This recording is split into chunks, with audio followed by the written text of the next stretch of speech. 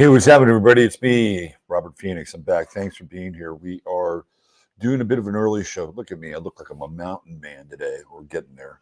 But you won't have to look at me like this for too much longer because I'm going to start the show here in a second. Let me make sure I have the right audio. Yes, I do.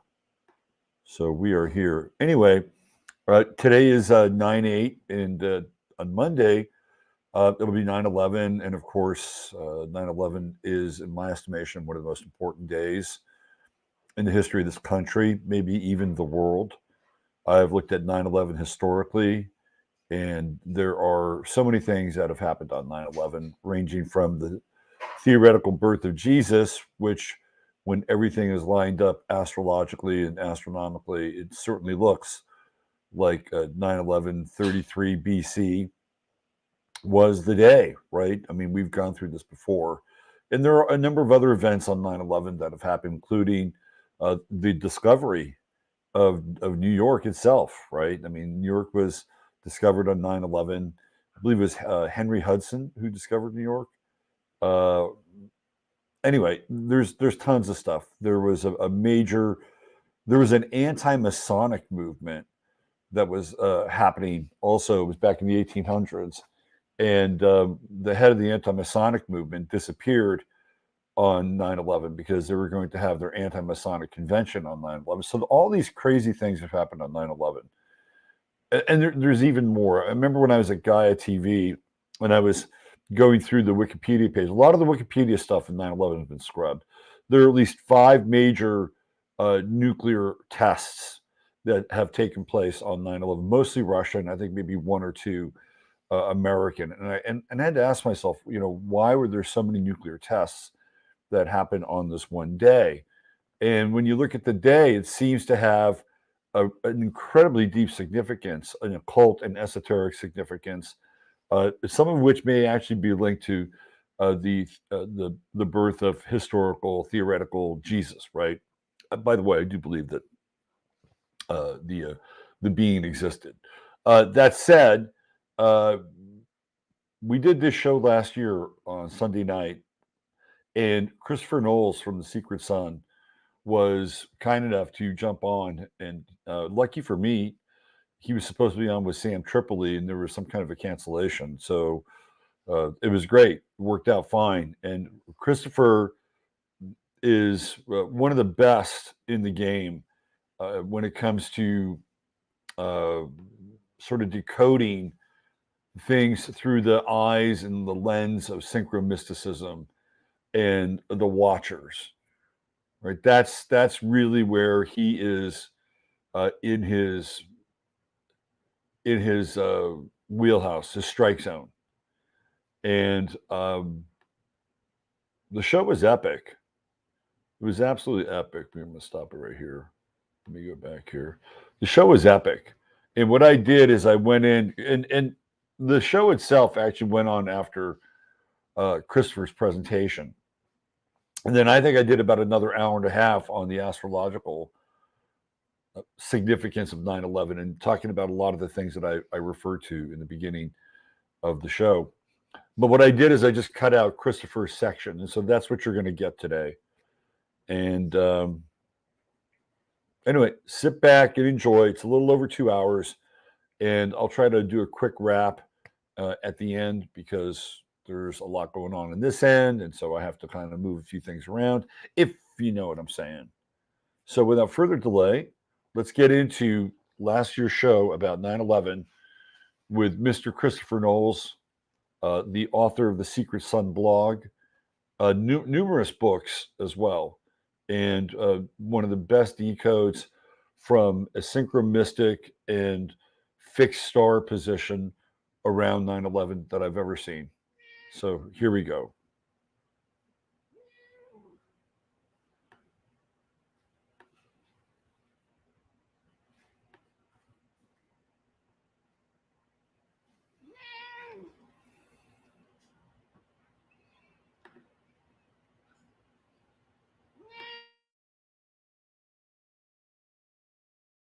9/11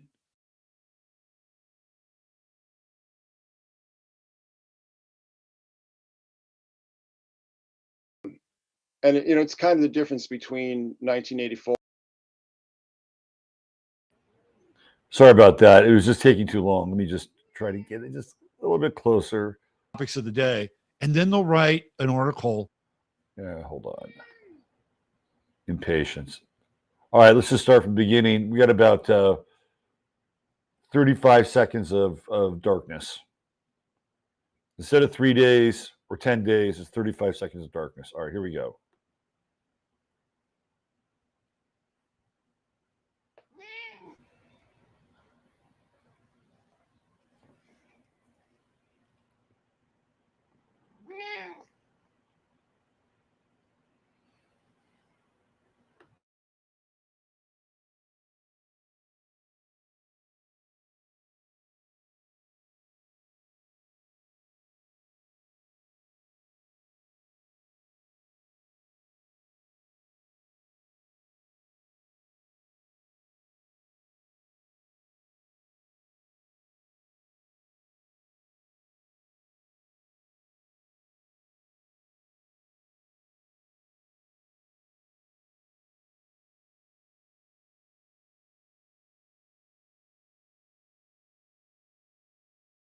Topics of the day, and then they'll write an article on the benefits of psychedelic therapy. What's up with that?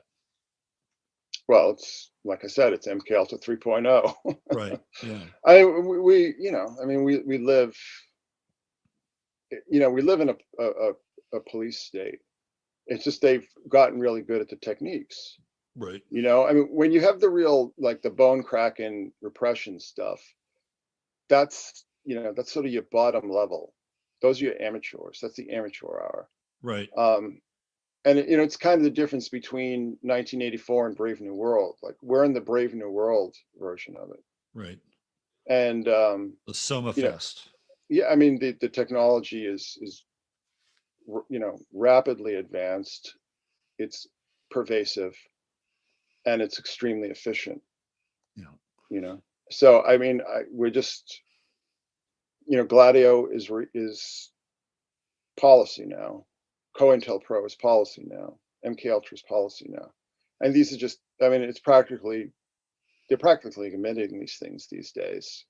It's just all in your face. And 9/11 was really, it was the big boost, but I think people people talk about the Patriot Act, but people forget about like the terrorism bill in the mid-90s after Oklahoma City.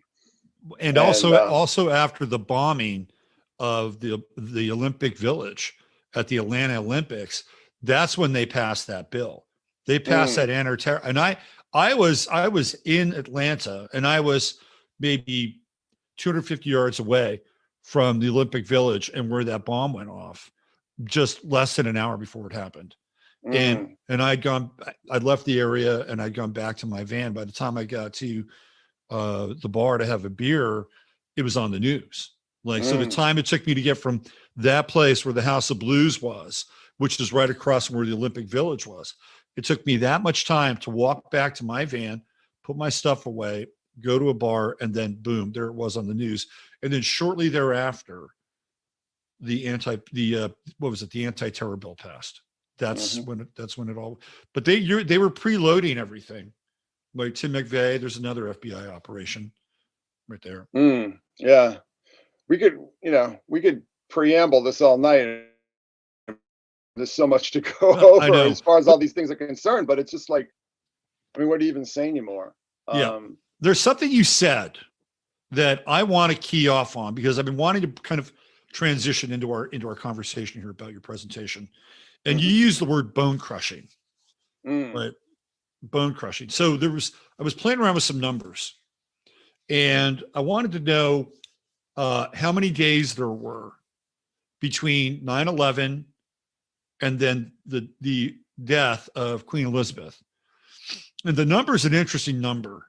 It's 7,667. So I actually did a little bit of a search for that number, and I came up with a pretty interesting interpretation. and it goes kind of hand in glove with your term bone crushing. So let me just bring this up here, and I think this could be a good transition point to jump into your presentation. So this is 7667, and it is related to Shabir, right, or Shabar, and the definition is a breaking, fracture, crushing, breach, crash. 7667, and it's been 7,667 days from 9/11 to Queen Elizabeth's supposed death. Breaches, breakdown, broken, brokenness, collapse, crash, crashing, crushed, crushes, destruction. And then there's also a bit of an interpretation here that has to do with the foot, that there's a connection here to the foot as well. So there are all these different broken footed, yeah. So the foot is related to Pisces in the age of Pisces. And when I look at what happened with 9/11, it is the beginning of an occultic monotheism, right? They're crashing these two towers, which is the symbol of duality in Gemini, which we're going to get into big time with your presentation. And then out of this, it's one tower to rule all. Right. And that is going from Pisces to Aquarius, and the foot being Aquarius, Pisces, and then the foot being Aquarius being the ankle and the lower part of the shin. So I thought that was very interesting, particularly in light of and you emphasized crushing, right? That was a word that you placed some oomph behind. So what do you think of that? The 7667. Well, you know what it reminds me of? It reminds me of the Protoevangelon. From Genesis, you know, her seed will crush your head and bruise your heel, which is Hercules stepping on Draco. If you can just picture that in your mind, I'm sure you can. I'm sure you can, right? You know, the foot of Hercules atop the head of Draco. Right. And that's, you know, we can get into the meaning of that very shortly. But yeah, I just think all this stuff is stellar. Yeah. Let's talk about astrotheology in particular, because not all astrotheologists are the same, by the way. Yes. Let's talk about astrotheology, and in particular, your take on it and your brand of astrotheology. Well, my take on it is completely different than everyone else's, which is kind of like skepticism and atheistic interpretations. My interpretation of this is that this is magic, this is star magic, this is ritual, that this is all based in rituals that I believe were enacted, maybe even played out.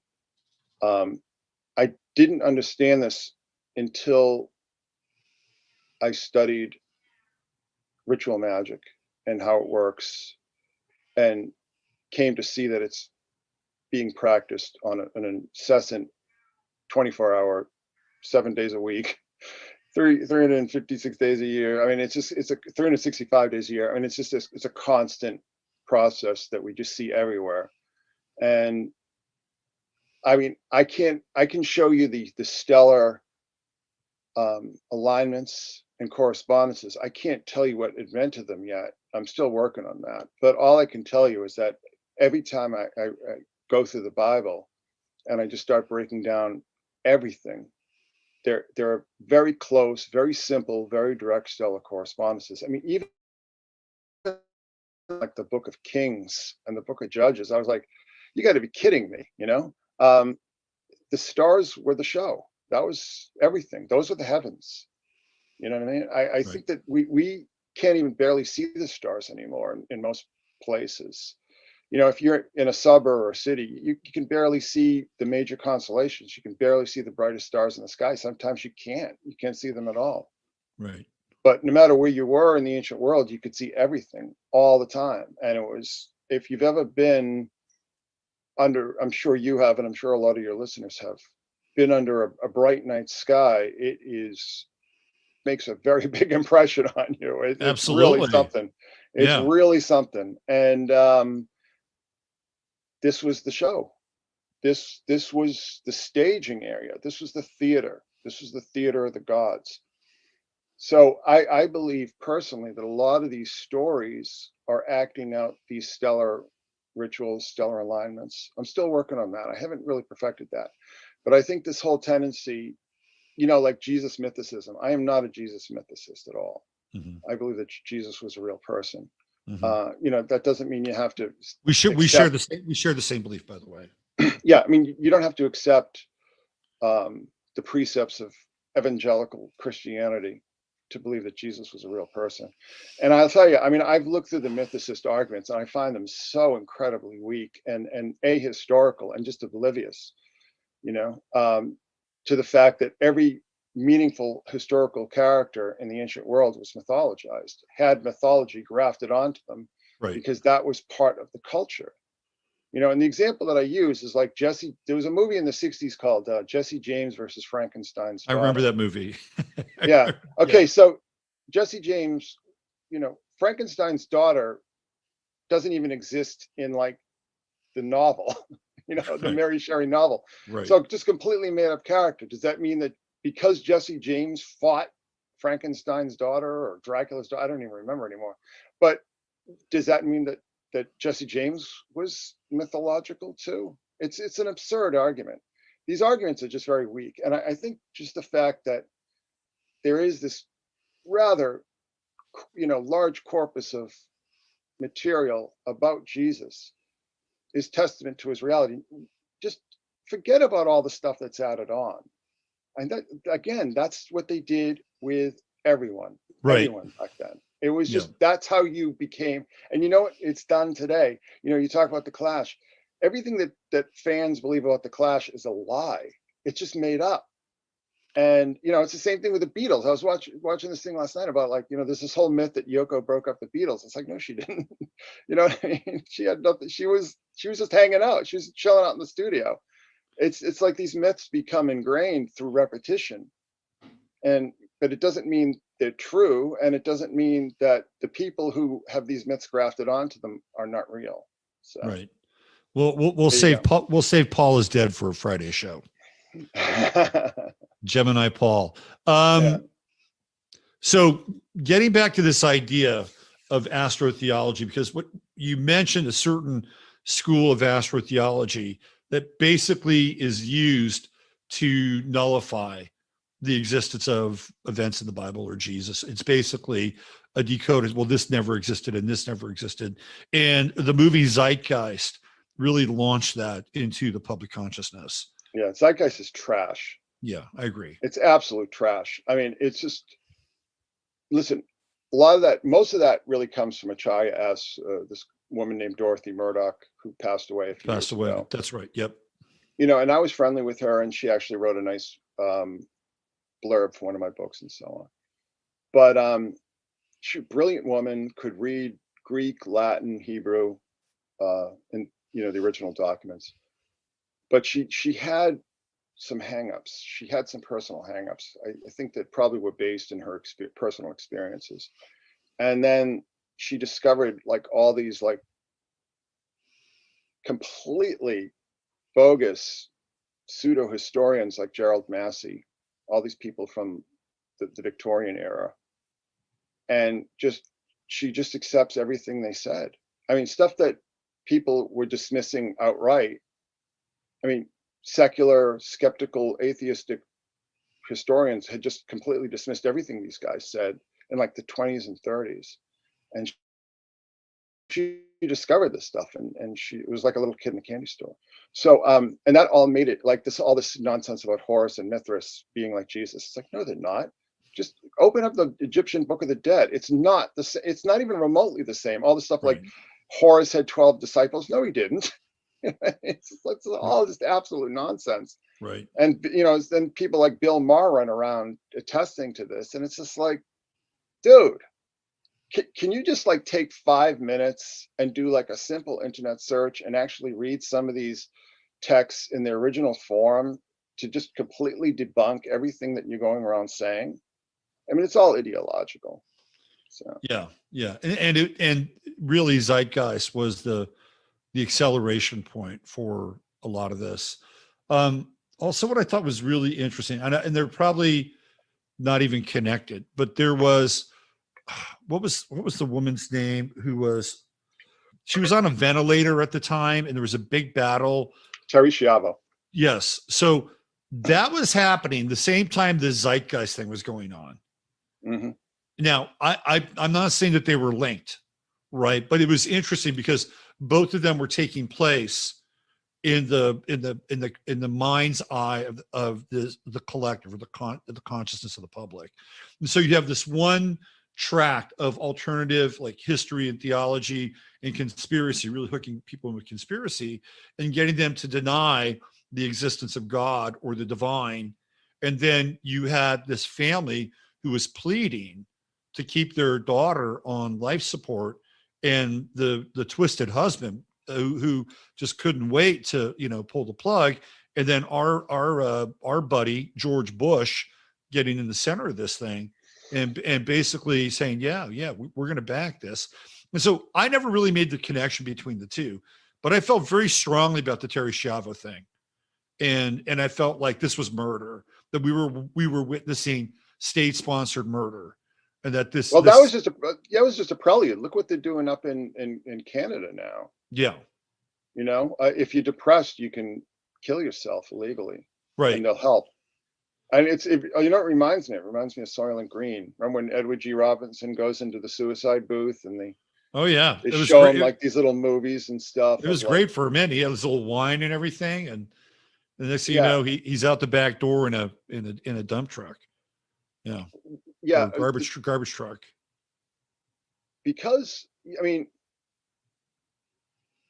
everything is manipulation, and it one of the things that really, when I said I had that red pill moment, was just seeing just how completely beholden and credulous the evangelical Christian community was to the Bush agenda. And maybe I can understand it in some regards, but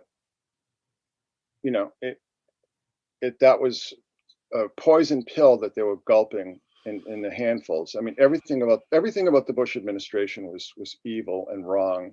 Yep. And stupid and bad. Yep. That's not something that you support. And evangelicals just completely destroyed their credibility by embracing that administration, embracing the neocon agenda. The neocons who hate them and just see them as cannon fodder. Oh, absolutely. It's just insane. It's just absolutely insane. Yeah, they're more than cannon fodder. They're cattle, right? The neocons believe that they're cattle, and cattle to be herded and slaughtered, which gets into the cannon fodder piece there. Bringing this into the astrological talk, and we'll launch into your presentation. During that time when Bush was president, Pluto was in the sign of Sagittarius, which represents religion. Right. Mm-hmm. Religion, philosophy, kingship, law. Right. So what we saw at that time was sort of this kind of peak frothy moment where the evangelicals were getting a seat at the table, and Bush and his group who were guiding him and navigating him through this were very, very clever. And what they would do is they would set up these meetings on a weekly basis with the main pastors of these mega churches, and Bush's team would sit down and they would go over these talking points, and then the mega churches would go in and give them pieces of scripture, and Bush would use things like works of wonder.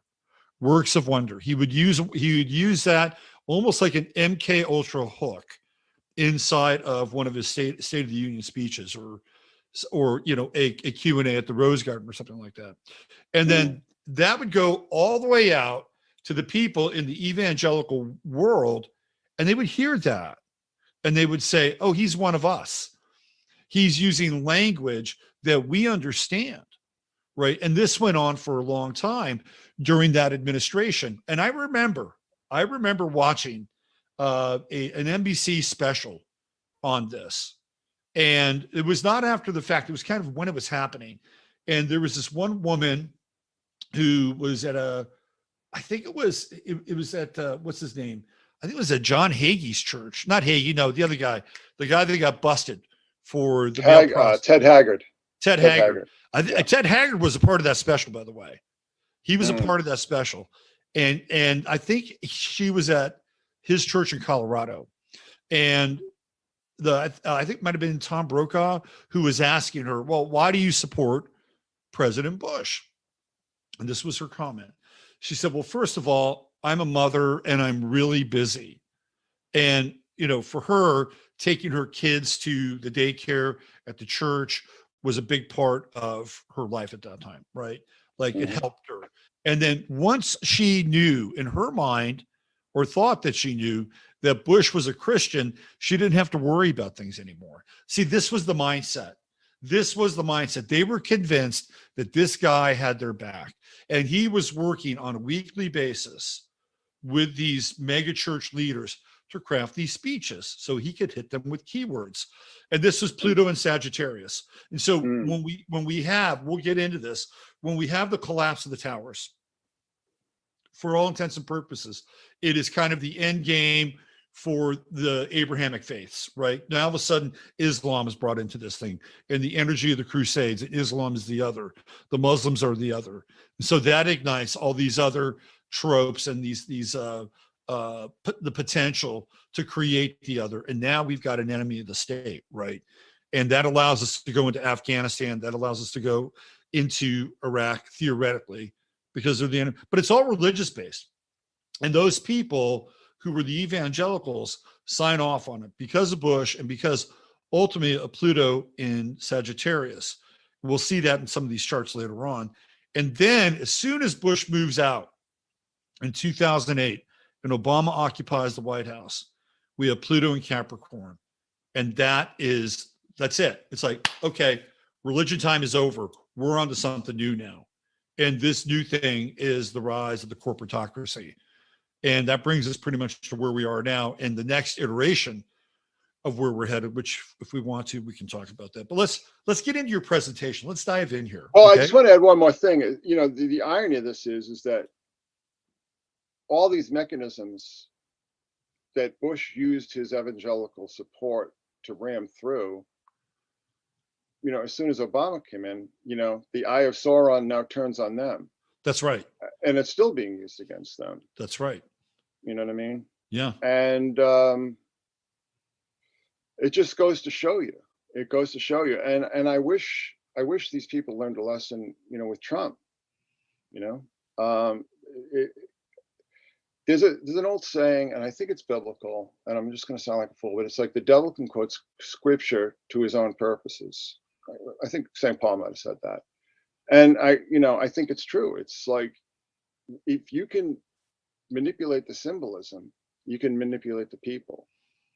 And, you know, you don't, you know, all these things, all these mechanisms, like constitutional mechanisms, constitutional protections, you know, are there for a reason. And once you dispense with that because you think that they're going to be used against your religious enemies, you don't realize that the state doesn't care about your religion. The state doesn't care about anything about you. The state only cares about the interests of the state. So once it becomes convenient to turn those same weapons on you, they will not hesitate. And they didn't hesitate. They've been doing it for the past, 14 years now, right? Easily. Yeah. Mm-hmm. Yeah. I mean, it feels to me like 2012 was another one of those turning point years. And turning point moments. And not a lot of people remember this, but Sandy Hook happened just prior to 12/21/12, right? Isn't that interesting? We have this event that has been theoretically haunting us ever since then and keeping us in this weird time loop with that time. So how did you come about the sort of the revelation? When did the light come off in your head around what we're about to look at in 9/11? Well, I'll tell you exactly when it was. It was when I said that I would take the train, you know, from New York. I'd take the path to Hoboken, get my train home from Hoboken. I'd look over at Lower Manhattan, you know, to see these fires going for a couple of months now. And one thing that I noticed that I hadn't noticed before, because of the towers, obviously just took up so much of your attention. They were just loomed over the entire landscape, was the World Financial Center. World Financial Center encoded the glyph of Sirius, but it also encodes what what we'll look at, which is the Masonic iconography of the stairway to Sirius, which is Orion's belt. And if this is like kid stuff, if you follow Orion's belt, just you'll get to Sirius. And I realized when I looked at the because it looks like these three obelisks, and one's got the pyramidion, and one's got the dome, and then one's got a truncated pyramid, which makes it a five-sided pyramid. And I was like, wow, that's the glyph of Sirius. And you add in the step pyramid of the fourth building, and there you go. And then also, one thing we didn't notice is that the Winter Garden of the World Financial Center is directly aligned to the monolith, to the Millennium Hotel, the Millennium Hilton, which was consciously and acknowledgedly, if that's a word, modeled after the monolith in 2001. Mm-hmm. And that's going to play into our presentation here, because I believe that there's a theology at work here. I think there's a very specific theology at work here, and I think it has to do with the Queen of England. So it's very timely. Right. I think what I want to talk about is what I believe is the family religion of the Queen and the British elite and the elite in this country and probably in other countries as well. What did you make of when she hit the light or hit the switch on the double helix to the tree that had been illuminated? This is one of the last things she did. It was the end of the Jubilee. And William, who will probably come into the conversation at some point, he was participating in this ritual. Not Charles, but William was participating in the ritual with the Queen. What did you make of that lighting of the tree ceremony? Well, I think that just goes to show you that I think William's the golden boy. He is, without a doubt. Yeah, he's the one that there's always been the great hope for. That he, unfortunately he went bald, so he's not as charming as he once was. And Harry, who I call the bastard ginger, sort of went off on his little tangents with the pearly princess Meghan Markle. Right. So I think it's not a news flash that the monarchy is obsessively ritualistic. It's not a cult or conspiracy to point that out. I mean, it's widely commented upon, and they have these ceremonies where that the ritualism is absolutely torturous. It's the meticulous nature of these rituals is it's tiresome to even watch. I can only imagine what it's like to actually perform these things. So the Queen, the royal family, basically exist, in my estimation, to carry out these rituals, and it's really not that much different than the ancient world. Ancient Sumer. We're really, the priesthoods are running the show, and the king is more of a ceremonial or symbolic figure. Right. And I mean, it's obvious. I mean, it's a constitutional monarchy. So yeah, I mean, I'm working on a live stream for my patrons, just on the weirdness stuff. You know what I mean? Just on like the stuff that's more in my sort of end of the street, my bailiwick, because the royal family were just absolutely obsessive about this stuff. And she was in office she was queen.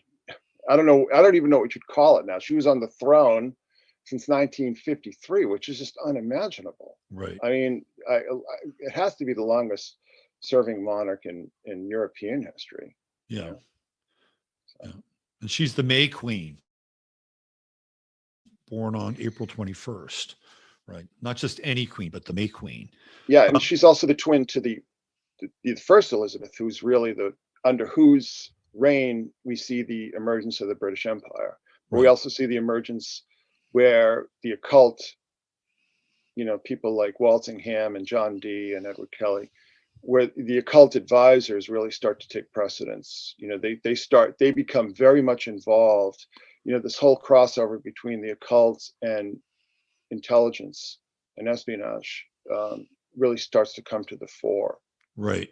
And there are really interesting theories too, that that Queen Elizabeth was actually, the actual Queen Elizabeth had died like very young, and that her throne, her place was taken by a young boy who they just dressed up as the queen. And that's why, the Virgin Queen and unmarried and so on, didn't have an heir and all this kind of thing. Right. So, I mean, that kind of makes a lot of sense to me, and certainly in the context of, what we're seeing now, which is basically the Atagatis cult from ancient Syria reemerging. And I start to talk about this stuff and people think, hold on a second, what are you talking about? But it's these are things that I was following even before 9/11. Right. And, 9/11 just sort of poured gas on that whole process. But it's very hard to people to understand that there are these ancient cults, very powerful, very highly placed ancient cults that still exist and still command the allegiance of people in the highest positions of power, whether in government or in banking or in business, you name it, military. So I wanted to give people an idea of the position of the chessboard, where we see the king and the queen, and flanking the king and the queen are the two bishops. Mm-hmm. And the bishops are, in most chess pieces, they're wearing a version of like the fish hat, right? But Mm-hmm. the bishops are the seers and the viziers of the court, and they're the ones that are flanking the king and the queen here, right? Mm-hmm. And I thought that was an interesting alignment based on exactly what you were saying, right? That these people were the intelligence gatherers, they were the mages, they were the ones that had the queen's ear or had the king's ear on either side. So, and the king, ironically, can't really do anything. I mean, he was one freaking piece, right? One space at a time. Mm-hmm. Whereas the queen is invested with all the power on the deck, on the board, to Mm-hmm. move in any direction. Mm-hmm. Right. And what's also interesting about the queen is that somehow if you get a pawn onto the other side, if your queen is dead, she can be reanimated. Or God forbid, if you're playing somebody who's really bad, you get another queen. Right. You can't do that with the king. Game's over with the king. Let's get into your presentation here. I'm going to bring it up. And here's this is the first slide we're going to be looking at. And you did this down at Acapulco, is that right? Cancun. In Cancun. Okay. Yeah. Okay. We're on number 20. We want to back it up. There we go. There it goes. Right there. Yes. All right. All right. So there it is. So this is Astrogenesis. So this is basically the creation story. So God is Cepheus. Cepheus is the gardener. Okay. Asherah, there's the second Eve, and that's Cassiopeia. And we'll get into that as far as Masonic symbolism. And the first Eve is Lilith, and that's Andromeda. And Lilith shows up again as Babylon fallen in the book of Revelation. And then, of course, Adam is Perseus, and Perseus is also Mithras. So there are a lot of correspondences, I mean, throughout a lot of different religions. But this is just basically, these are the cast of characters in the book of Genesis. Now, the first Eve, Lilith, is not in the Bible, but it is in, like, I believe in the Zohar and a lot of the like the Talmudic books that were written in Babylon during the after the fall of Jerusalem. So this stuff gets very esoteric, but we're going to just see how this plays into Genesis. If you want to just go to the next slide. Okay, so there's the whole thing that people are confused by. It's like, then the Lord God made a woman from the rib he had taken out of the man, and he brought her to the man. So if you look at Perseus, and Perseus is carrying the head of Medusa, and we see a lot of Medusa symbolism these days. Lilith, the first Eve, her foot is coming right out from his side. You see that little circle there? Okay. Yeah, right there. So yeah, so these scholars have been arguing about this stuff, what this stuff means, and where it comes from, and everything like that. It's all like extremely simple when you just look at a star map. I mean, it's so, the correspondences are just dead on. So again, this is Adam and the first Eve here. And the garden is the galactic plane. It's the tree of life, the stairway to heaven. I mean, all these terminology that we see for the galactic plane, which is that band of stars and nebula of the Milky Way. Okay. Right. Next slide. Right. And before we go, Algol, fixed star, the Medusa star, conjunct Trump's midheaven in his chart. Oh, okay. Right. So what do we see early on in Trump's presidency? Kathy Griffin with the disembodied head of Trump. Right. Yeah. Yeah, there's a lot of that stuff, a lot of that symbolism. Yeah. Here we go. And that's the Eye of Horus, by the way, Algol. So Adam and Eve, so this all has to do with the rising of the constellations in the night sky at certain times of the year, right? Or at least this part of the show. You know, like I said, I'm not going to make any definitive statements about the origins of this terminology and these mythologies and these stories.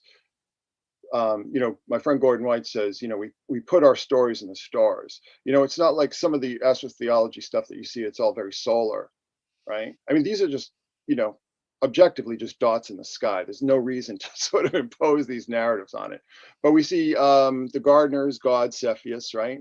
The gate to the garden, the two cherubim, and that would be Cygnus and Lyra, right? That the Deneb, part of the summer triangle, is a variable star, and that's why they talk about the flaming sword. That I forget the exact terminology in the Bible, but it said the sword, the flaming sword, flashes.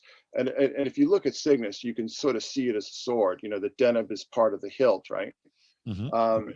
And then the whole idea of the angels playing harp, that comes from Lyra, which is the lyre, and then also Vega. So we have Altair, Deneb, and Vega, which are the summer triangle, and there's three of the brightest stars in the night sky. They guard so this is a very important part of the story, because this is the east gate of Eden, east gate of the garden, Cepheus, God, is these two flaming cherubim, right? Blocking the way here. And this is going to be a very important part of the story. And very interestingly, that area of space that we're talking about in relation to the book of Genesis is where the Kepler mission was so focused on, and that area of space between the cherubim being Cygnus and Lyra. Okay. Right. So very, very important symbology here, because what this boils down to, and if this ties into both Jewish and Christian, and I'm not sure what the Muslims, how they see this, but this ties into both Jewish and Christian eschatology, where the way back to heaven from the east gate is blocked, and that's the gate coming up from galactic center. You know, you talked about, I mean, Sagittarius is just, you know, a couple of constellations below this, right? And then you have Ophiuchus and so on.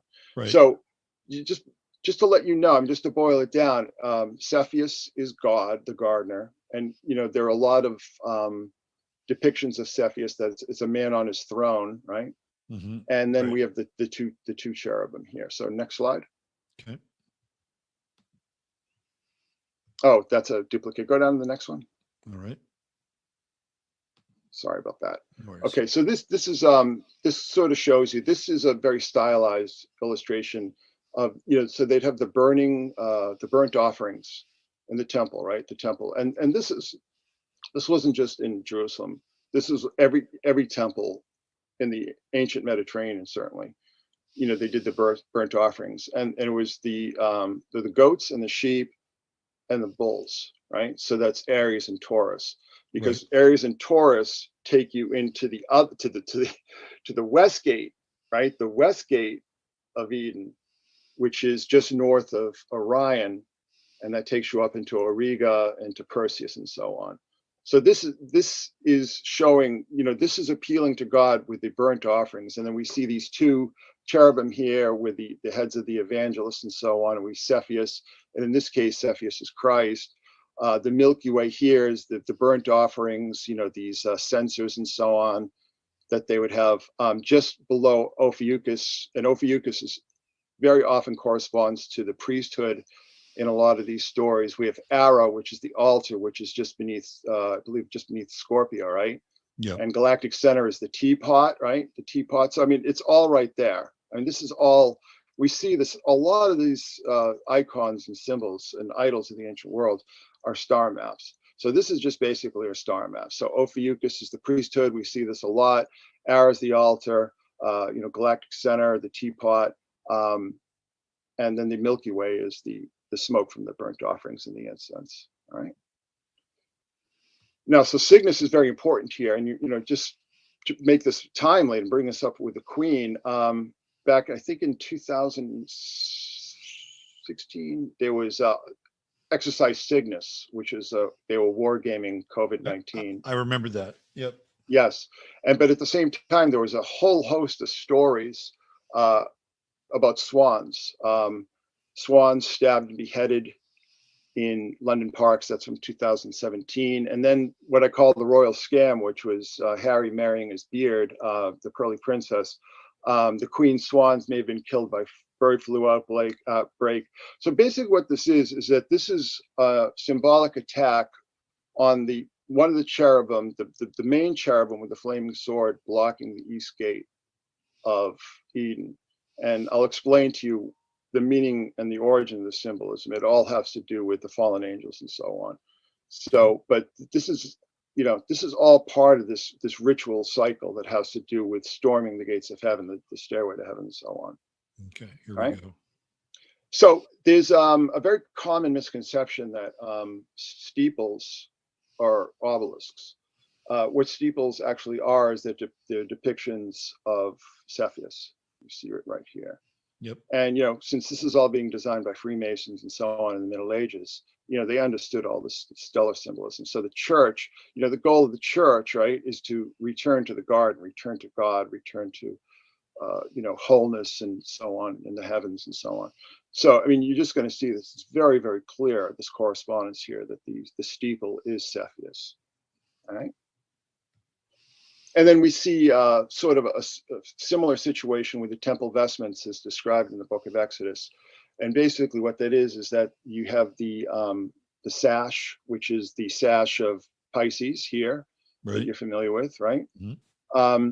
And then the square with these gemstones is the square of Pegasus here, mm-hmm, right? Yep, yep. And then there are very various descriptions of the turban, but the turban is once again Cepheus. Right. Yeah. So I mean, the correspondences are just direct. They're one-to-one. It's like, Pisces, Pegasus, Cepheus. And again, right, all of this is about returning to the garden. And the turban being, or the hat, or the crowning achievement on top of the crown. Exactly. So this is Jacob's ladder. Jacob is Ophiuchus. Esau is Hercules. And we see this a lot in the Bible. Moses and Aaron, for instance. And Moses' staff, right, that he dips into the Nile, and the Nile being the Milky Way, is serpent's coda, the tail of serpents there that he dips into the celestial Nile here. Here, yep. Right. And then when he lays his head on Jacob's pillow, the stone is the body of Scorpio. So again, we see the two cherubim. Well, in here it's Aquila and Cygnus, but Lyra is actually because the angels play the harps here. I just highlighted it there because it is kind of like this. It's a progression too, right? It's an ascent, essentially. It's an ascent to heaven. Yes. Right. Okay. Quick, and we see the same thing here. I mean, we see the same thing. So we see the winged angels going up and down the ladder, and that is these three bird constellations. These constellations depicted as birds that take you up to God, that take you up to Cepheus. Real quick, just a little brief detour. The movie Jacob's Ladder. Mm-hmm. Have you spent any time with that movie and the symbolism? I've watched that movie at least 100 times. So it's asking the wrong guy. well, it's an incredibly powerful movie, really Yeah. incredibly powerful. And we'll talk about that another time. Unless you can draw some symbolism from the movie that you can relate to this off the top of your head. Well, I not off the top of my head, but all right, we'll one of these days we'll revisit that movie. I could do a live stream on every scene in that film. So so Jacob's pillow is Scorpio, and you know what I'm talking about there. Yeah. And here it's like, Jacob wrestles the angel, and it's a seraphim, right? And seraphim means burning serpent. And if we look, I mean, this is exactly Ophiuchus, right? Yeah. Ophiuchus is wrestling, and it talks about how it touched the angel touched the hollow of his thigh, and the hollow of Jacob's thigh was out of joint as he wrestled with him. And this is right here, the burning serpent, right? The serpent made of stars. I mean, it's right. Again, when you start to break these things down, you don't need a secret decoder ring. The correspondences are just 1 to 1 to 1 to 1, very direct. Right. Okay. And again, the same. So this is the West Gate here, right? This is Nimrod and the Tower of Babel, right? Mm-hmm. Right. And Nimrod is the wild man. Whenever we see one of these figures that are either off the ecliptic or off the galactic plane or both, they're often depicted as, so John the Baptist, Esau, Aaron, Nimrod. Nimrod's the hunter, right? So that takes us directly to Orion here, right? So the stairway to heaven, that band, the galactic plane, the tree of life. I mean, all the symbolism that we see assigned to that beautiful band of stars and nebula that take you up to the north pole of the sky, which we see Cepheus there. All right. So one of the things I missed, and I apologize for this, is so the whole story with Adam and Eve, and so obviously the serpent is Draco, which we see here. The forbidden fruit is the pole star, right? And that's the knowledge of good and evil. So it's to be in Cepheus is in the galactic plane and also outside of it. Do you understand what I'm saying? Yeah. Draco is outside the galactic plane, right?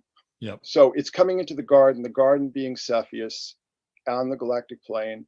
Adam walking with God, we see, Perseus is often depicted as a running figure here, right? And Cassiopeia is closer to the serpent and closer to God, and she's also closer to the forbidden fruit, which is the pole star. Right. So this is all like very, very powerful ritualistic language here. But in this context, what we're looking at here, where I add in the all-seeing eye and the eye in the triangle here. So the eye in the triangle is Algol and Triangulum right here, right? Right. The all-seeing eye, I'll show you this in a bit. The all-seeing eye that we see with Freemasonry is the Ring Nebula in Lyra here, right? The eye of Ra is Ophiuchus. And if you look at the lower right-hand corner here, you can almost see, it already does look like an eye. And that little curlicue in the eye of Ra, that's the tail of Scorpio here. Interesting.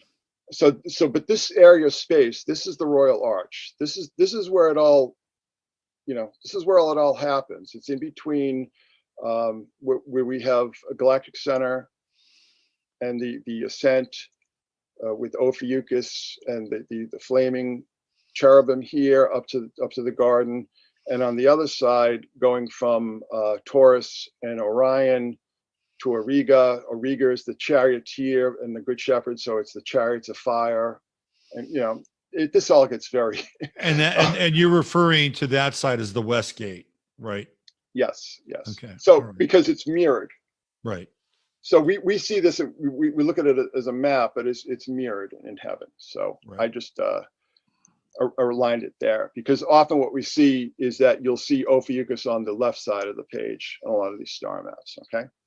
So this is Stairway to Sirius. This is the first degree Masonic tracing board. The anchor is Canis Major, and if you look at a lot of depictions of Canis Major, it does look like an anchor.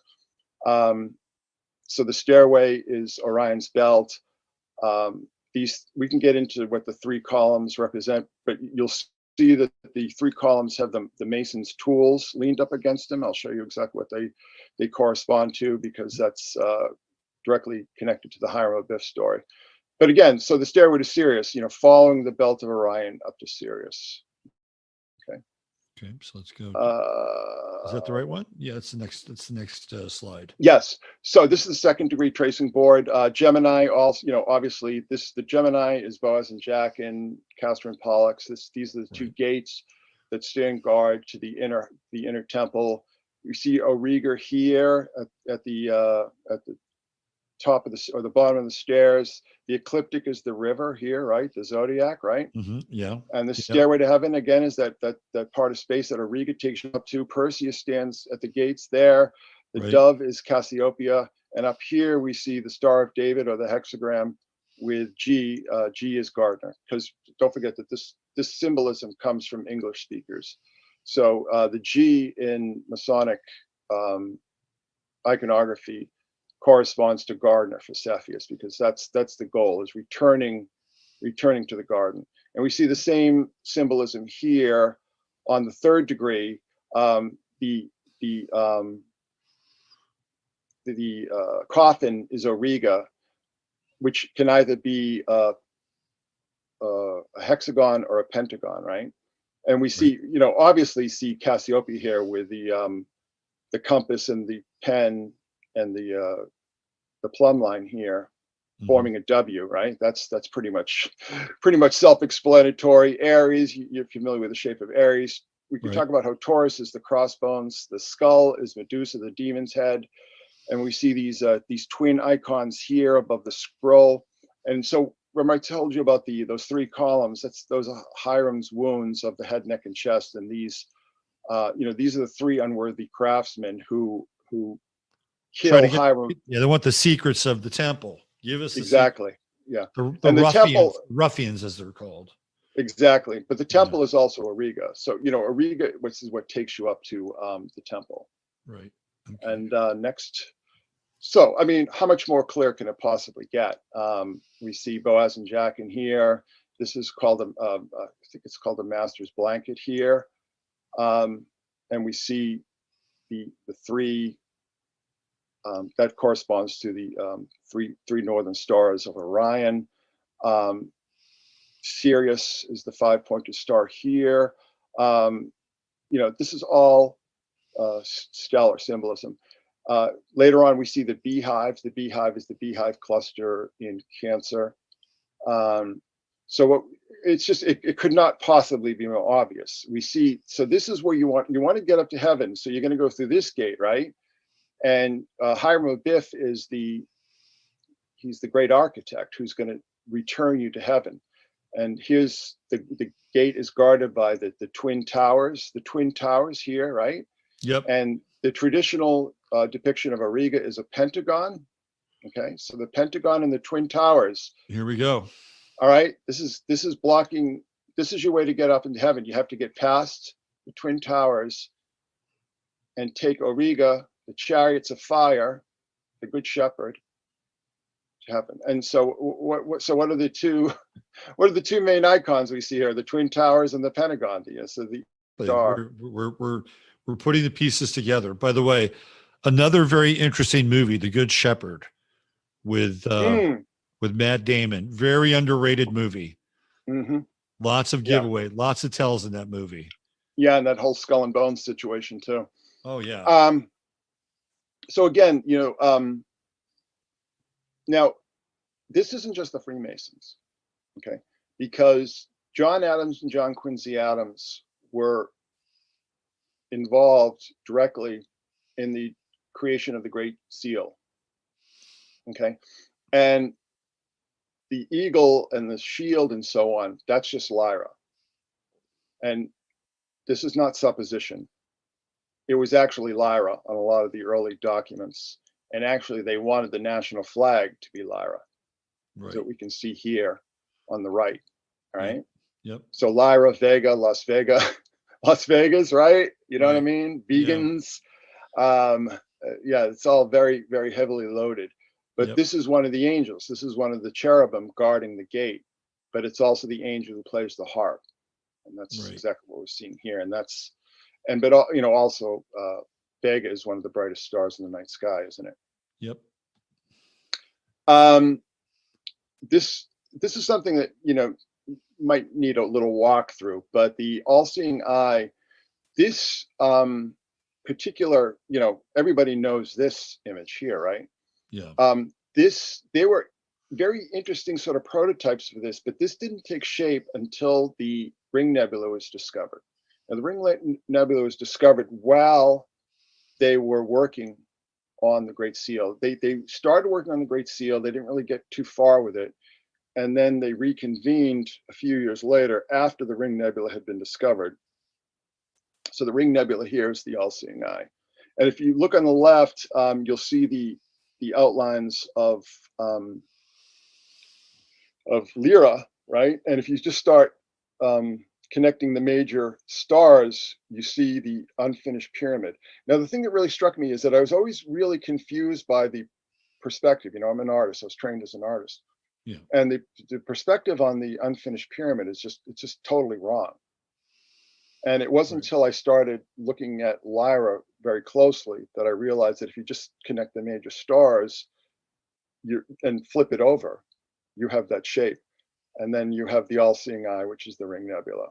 Yeah. Okay. Right. And So Vega is the cornerstone, by the way. So, if you know Masonic lore, it's the whole thing with the cornerstone. Vega is the cornerstone. Vega is the cornerstone of the Masonic empire.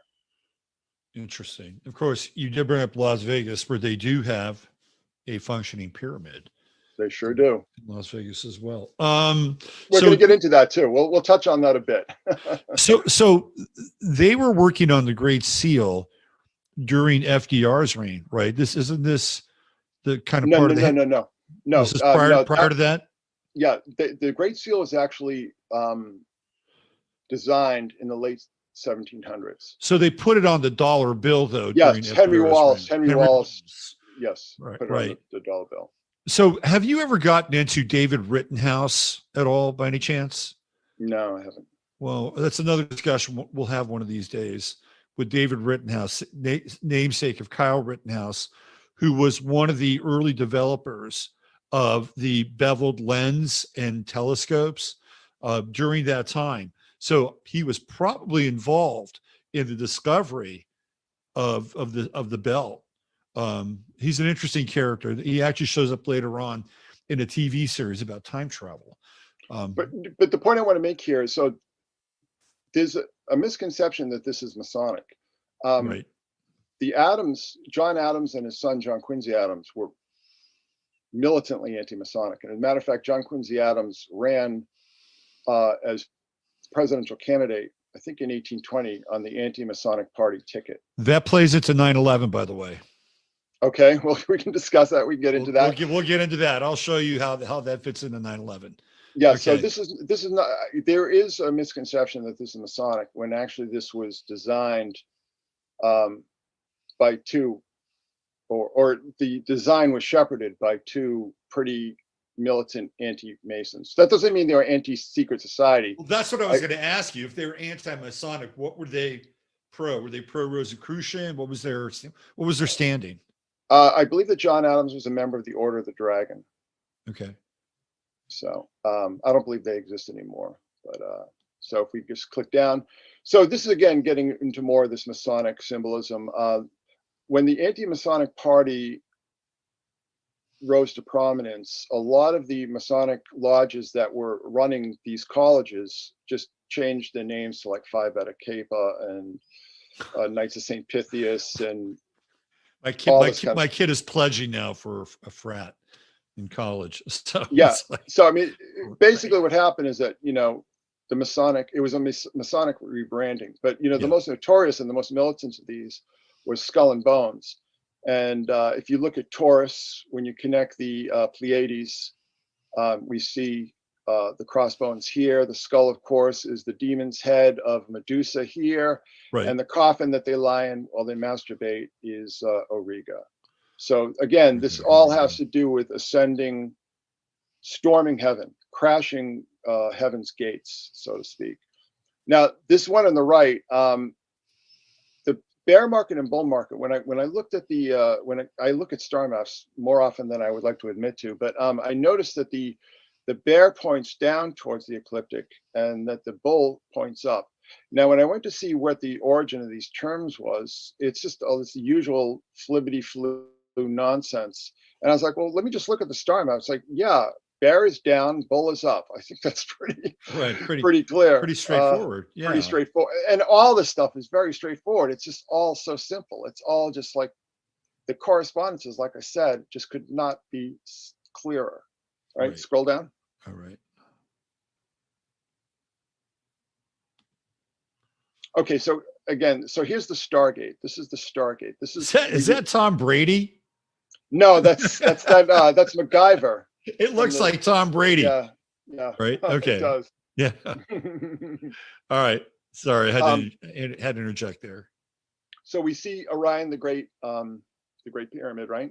Yeah. I mean, I'm sorry, the great architect. The grand architect of Solomon's temple, which is Auriga here, right? Right. Capella is Solomon and the kids, the goat. And then we see the two towers here, Gemini, Castor and Pollux, right? That's right. Yep, right there. So, if you see here, Orion has this, so we see Betelgeuse there, and his arm comes up where he's carrying the lion's skin, right? And that gets you, that's Orion is the one who puts you into the river, into this, gets you through the Stargate here, and the Stargate is so the Stargate is where the ecliptic meets the galactic plane, okay? Right? And that which is guarded by the and we saw that in those Masonic tracing boards. All right.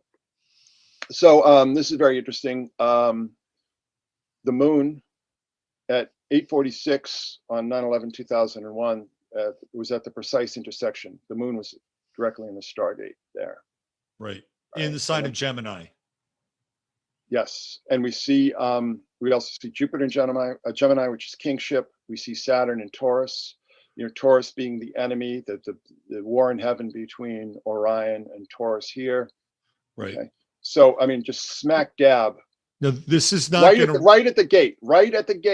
I mean, yeah, it is right here. This is not going to represent Western mundane astrology, but I think it's a really, really good stepping off point, especially with the moon. The moon is critical as we'll move into this other kind of exploration here. But on sandwich between, it's literally the midpoint between Jupiter and Saturn in this alignment. Mm-hmm. Mm-hmm. Yeah. So if we go down, I mean, do you want to say something? You want to say anything about the Pentagon before we move on here? We're going to get into the Pentagon. All right. Okay. But what I want to talk about here first is the moon is at the gate. The moon is at the center, exactly what we see here, right? In the tarot, yeah. Right? And what is that? The 18th trump of the tarot, where we see the fire from heaven, right? Yep. We see the moon. We see the two towers. We see the two Canis constellations. We see Cancer here. We see Aradnus here, right? And then we see this road here. Cancer is the beast that comes up from the sea in the Book of Revelation, right? Right. And it takes you again. See that road there? That's the galactic plane. You have to get through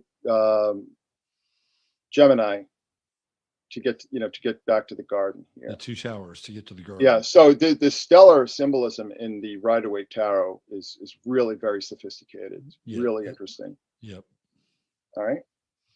So here's the correspondence now.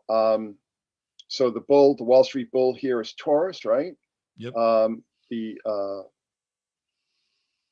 Sirius in Orion's belt, we discussed that with the stairway to Sirius in the World Financial Center here, right? And then Gemini, the Twin Towers, and then Aradnus here, the river. The Aradnus, the river that comes from the belt of Orion and takes us down to the underworld, southern sky, right? That's the Hudson. So the correspondences here are just one-to-one. Right. You don't need to, get out your secret decoder rings or your whatever. It's all right there. So again, the Good Shepherd, I think this is just self-explanatory here. You know, the house of David, Auriga, right? Mm-hmm. Jesus and the lambs, and so Jesus and David have the staff, and then Auriga has the bridle, right? But he also would have a whip, and the kids carrying the kids. The kids is an asterism within Auriga, right? Mm-hmm. So this is Capella and Auriga. The charioteer, like I said before, the chariots of fire, with the story of Ezekiel and what's the other one's name? Elihu. Yeah, so it's all just very clear and straightforward. And here, so the kids, so the where the 747 just made this ground level lateral crash into the side of the Pentagon, right? Right, perfectly, yeah. Right off the, just right off the ground, with guys flying that thing who had 1 or 2 lessons under their belt. It's amazing how fast they picked that up. Yeah, it's just quick studies. Yeah. But the wounds of the Pentagon, the damage to the Pentagon here, that directly corresponds to the kids, this asterism within Auriga here. Right here. Yeah, right. So you see, and I give you 2 different examples of that. So what this is actually doing is that it's converting the Pentagon into the chariots of fire, the Good Shepherd. So think about the symbolism there for a second. So what is going to take you to heaven is war. Mm-hmm. Endless war, perpetual war is going to take you back to the garden. Interesting. Because Auriga, like I said, takes you to the garden. That's the chariot. That's the, you know, swing low, sweet chariot, and all those great old spirituals and so on. Yeah, exactly. Okay, here we go. So go down another one. You went down 2. Go up 1. Yep, there he is. Okay, so this is just what I was showing you before. I just, you know, want you people to see it. And again, this is where it all starts for me. You know, I'm going in and out of New York all the time. You know, I always stop to look over at the burning towers, which, like I said, burned till December basically. And I just noticed the World Financial Center. I'm like, oh, okay, there you go. And there's a correspondence with the Pyramidion, the dome, and the 5-sided pyramid, the stairway, which is Orion's belt, the 3 steps here. And then we have the Royal Arch, right? The Royal Arch there. Here. Yep, right there. Which we're going to see as a Stargate, and the Stargate taking us to the monolith, 2001. Okay. And then they did, you know, these 2 towers of light here. Again, that's the celestial tower, okay? That symbolizes that the gates have been breached. The gates of heaven have been breached, and that's taking you up to heaven now. So very, very, very clear symbolism here, and just the same thing. And just in case anybody thinks this is all supposition on my part, the whole story of Sirius, the only dog that was killed. So there's a dog named Sirius that was killed. Oh my God. And then the badge number being 17, and 17 corresponds to the death of Osiris, which is Orion. So Sirius and Orion being encoded, a Gemini.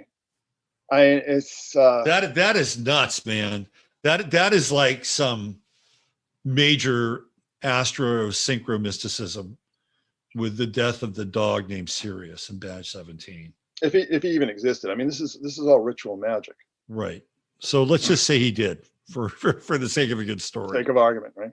Yeah. So here's where we start to get into the meat of our story, right?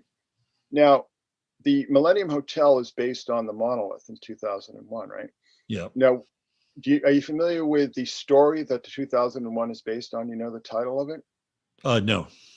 It's the title of the story that 2001: A Space Odyssey is based on is called The Sentinel. Okay. And what is the Sentinel? Sentinel is a watcher. Right. Okay. So we see the Royal Arch, and when you go inside, there's this promenade linked with these palm trees of the genus Phoenix. So I know you think that this was all done for your benefit, but actually it's oh no, I'm just along for the ride, man. Yeah, no, So, yeah, no, no. What I'm saying is, never mind, bad joke. No, So the Royal Phoenix, Arch, the rising sun, and the Royal Arch, the Yeah. rising. So this is all very heavy rebirth symbolism, isn't it? Sure, absolutely, Right. yeah. So what role does who's what being role? reborn? Who's being reborn?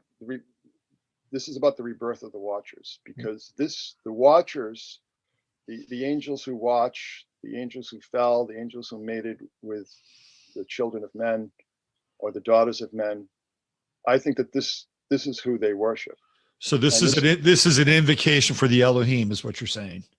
Not the Elohim. The Elohim of the offspring. The Elohim of the divine council. Okay, so the Watchers would be like some Jaza and Azazel and this one and that one. So it's the host of 200 who came down to Mount Hermon. So these are the fallen angels, the Watchers of the fallen angels. Fallen angels, yes, exactly. Okay, all right.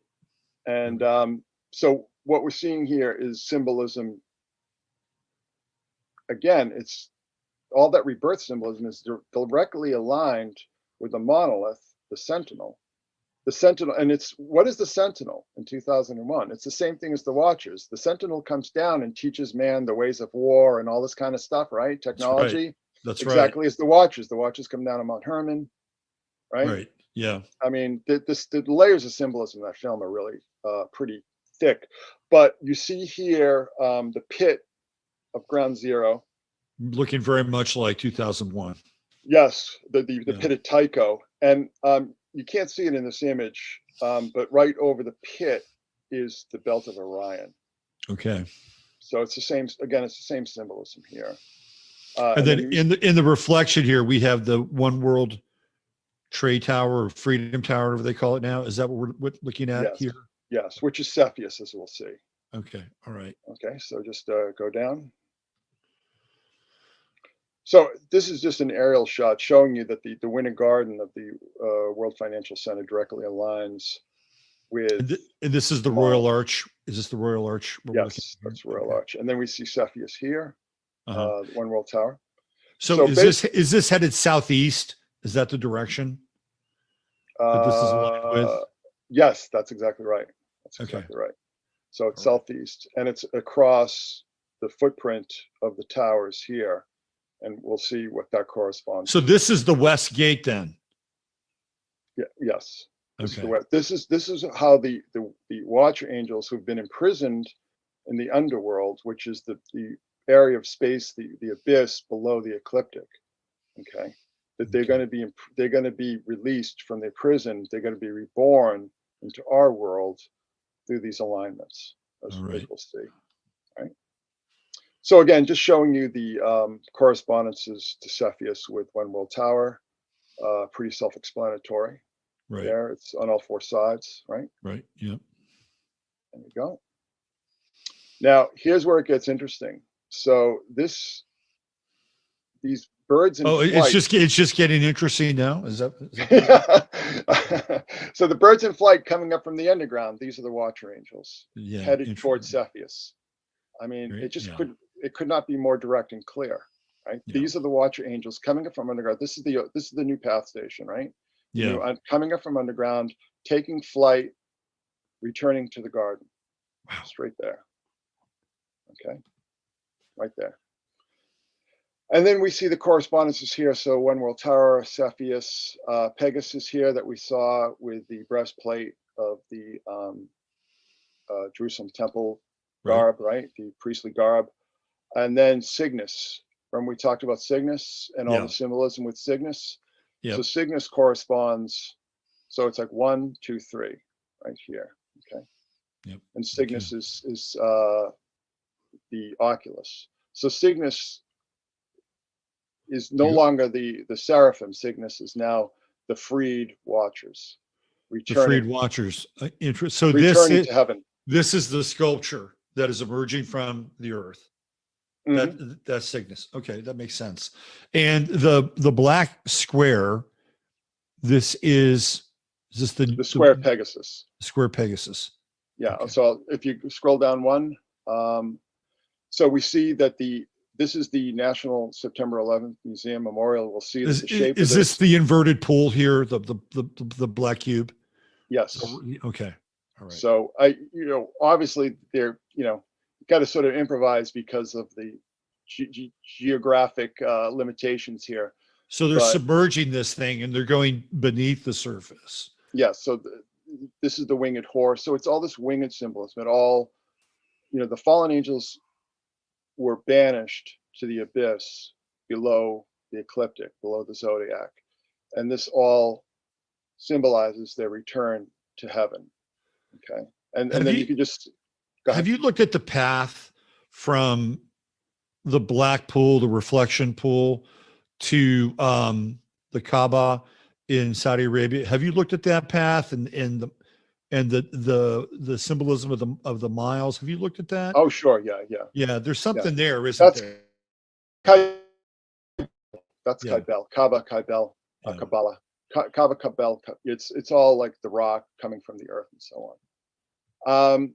Okay, so this is the original Oculus from 1998. So this is 3 years before. This is at the Chambers Street subway station, which is I believe it's the closest subway station to the World Trade Center. Wow, site. look at that.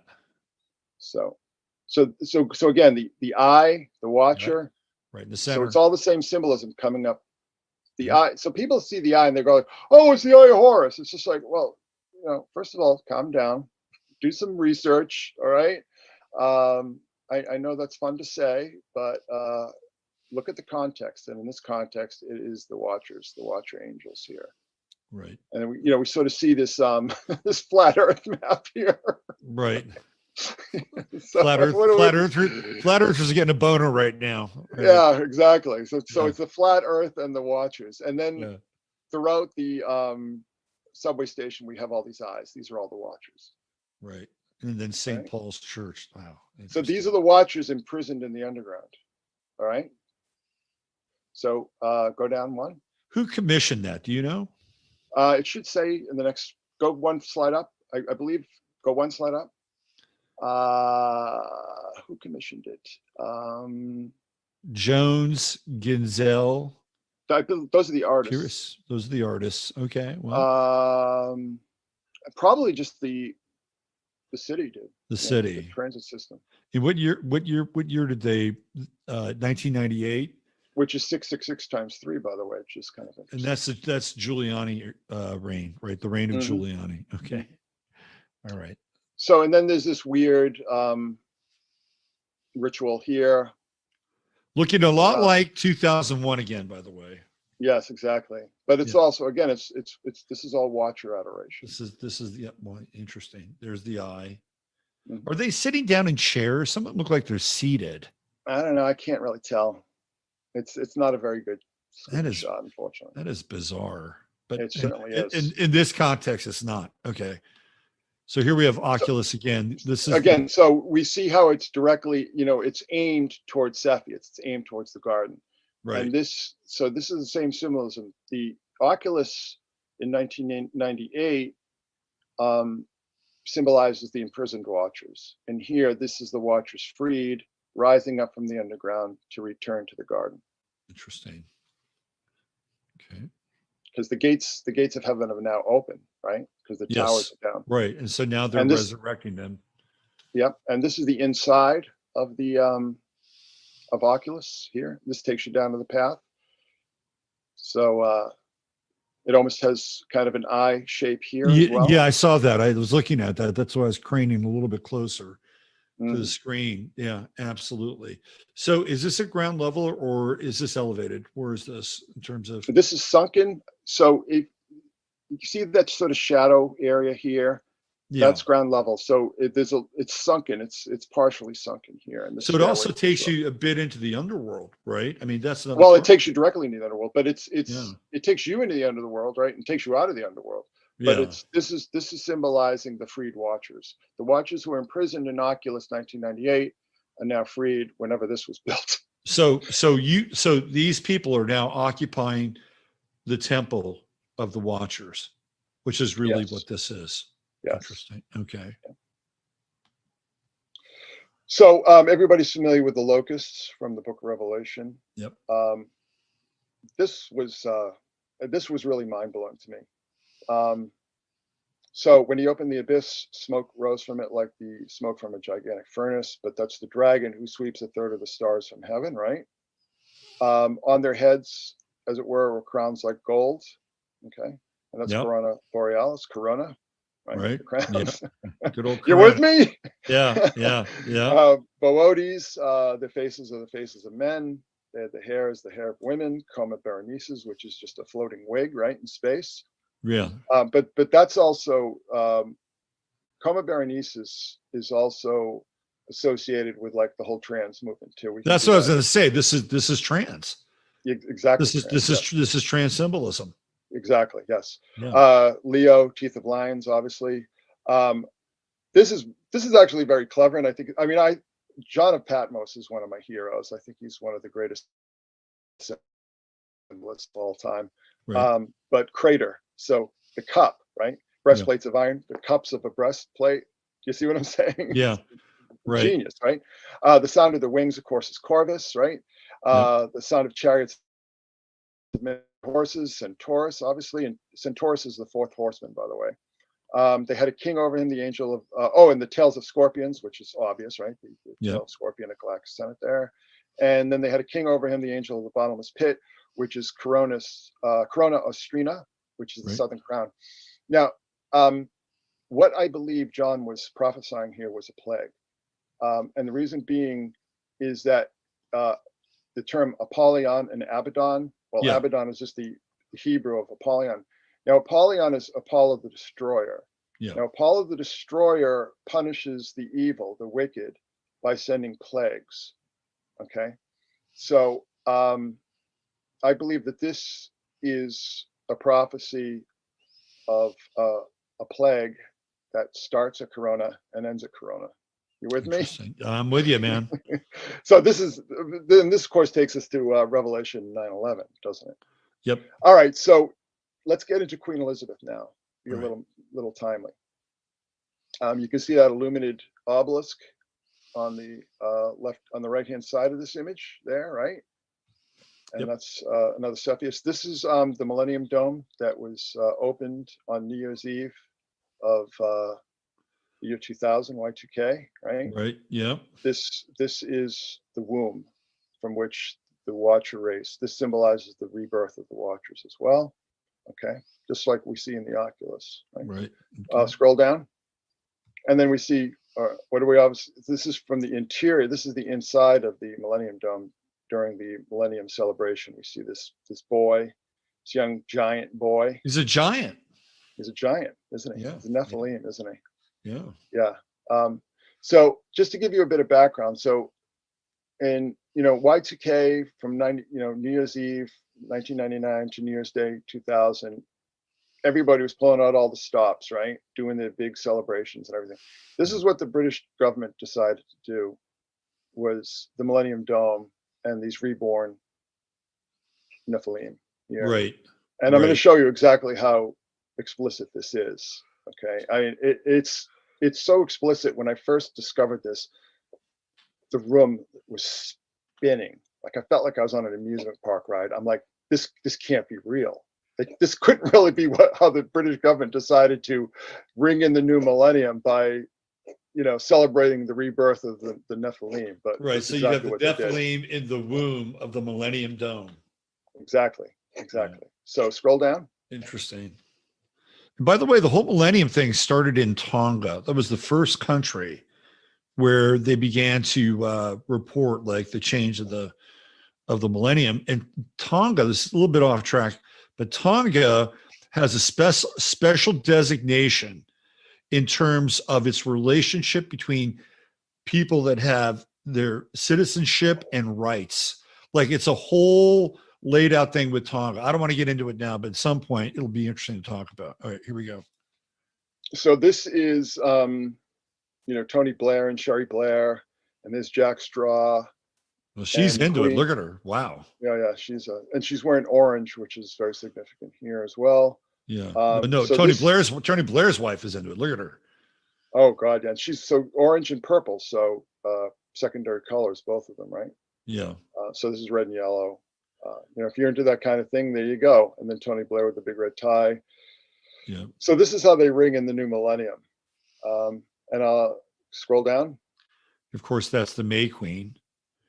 And this is what they're watching. They're watching the Millennium Dome show, which depicts the destruction of the Tower of Babel.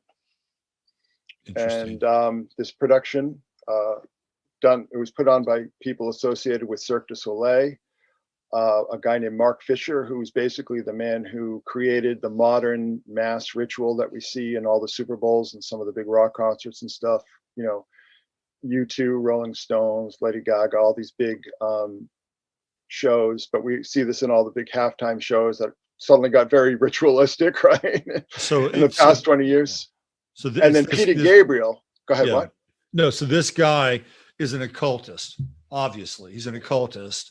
And they've drafted him to create these occultic settings and rituals for all these events, which are charged moving forward, right? I mean, this is his gift. Yeah, right. So what were we going to say about Peter Gabriel? So Peter Gabriel, of course, is a huge globalist. Started that group called the Elders,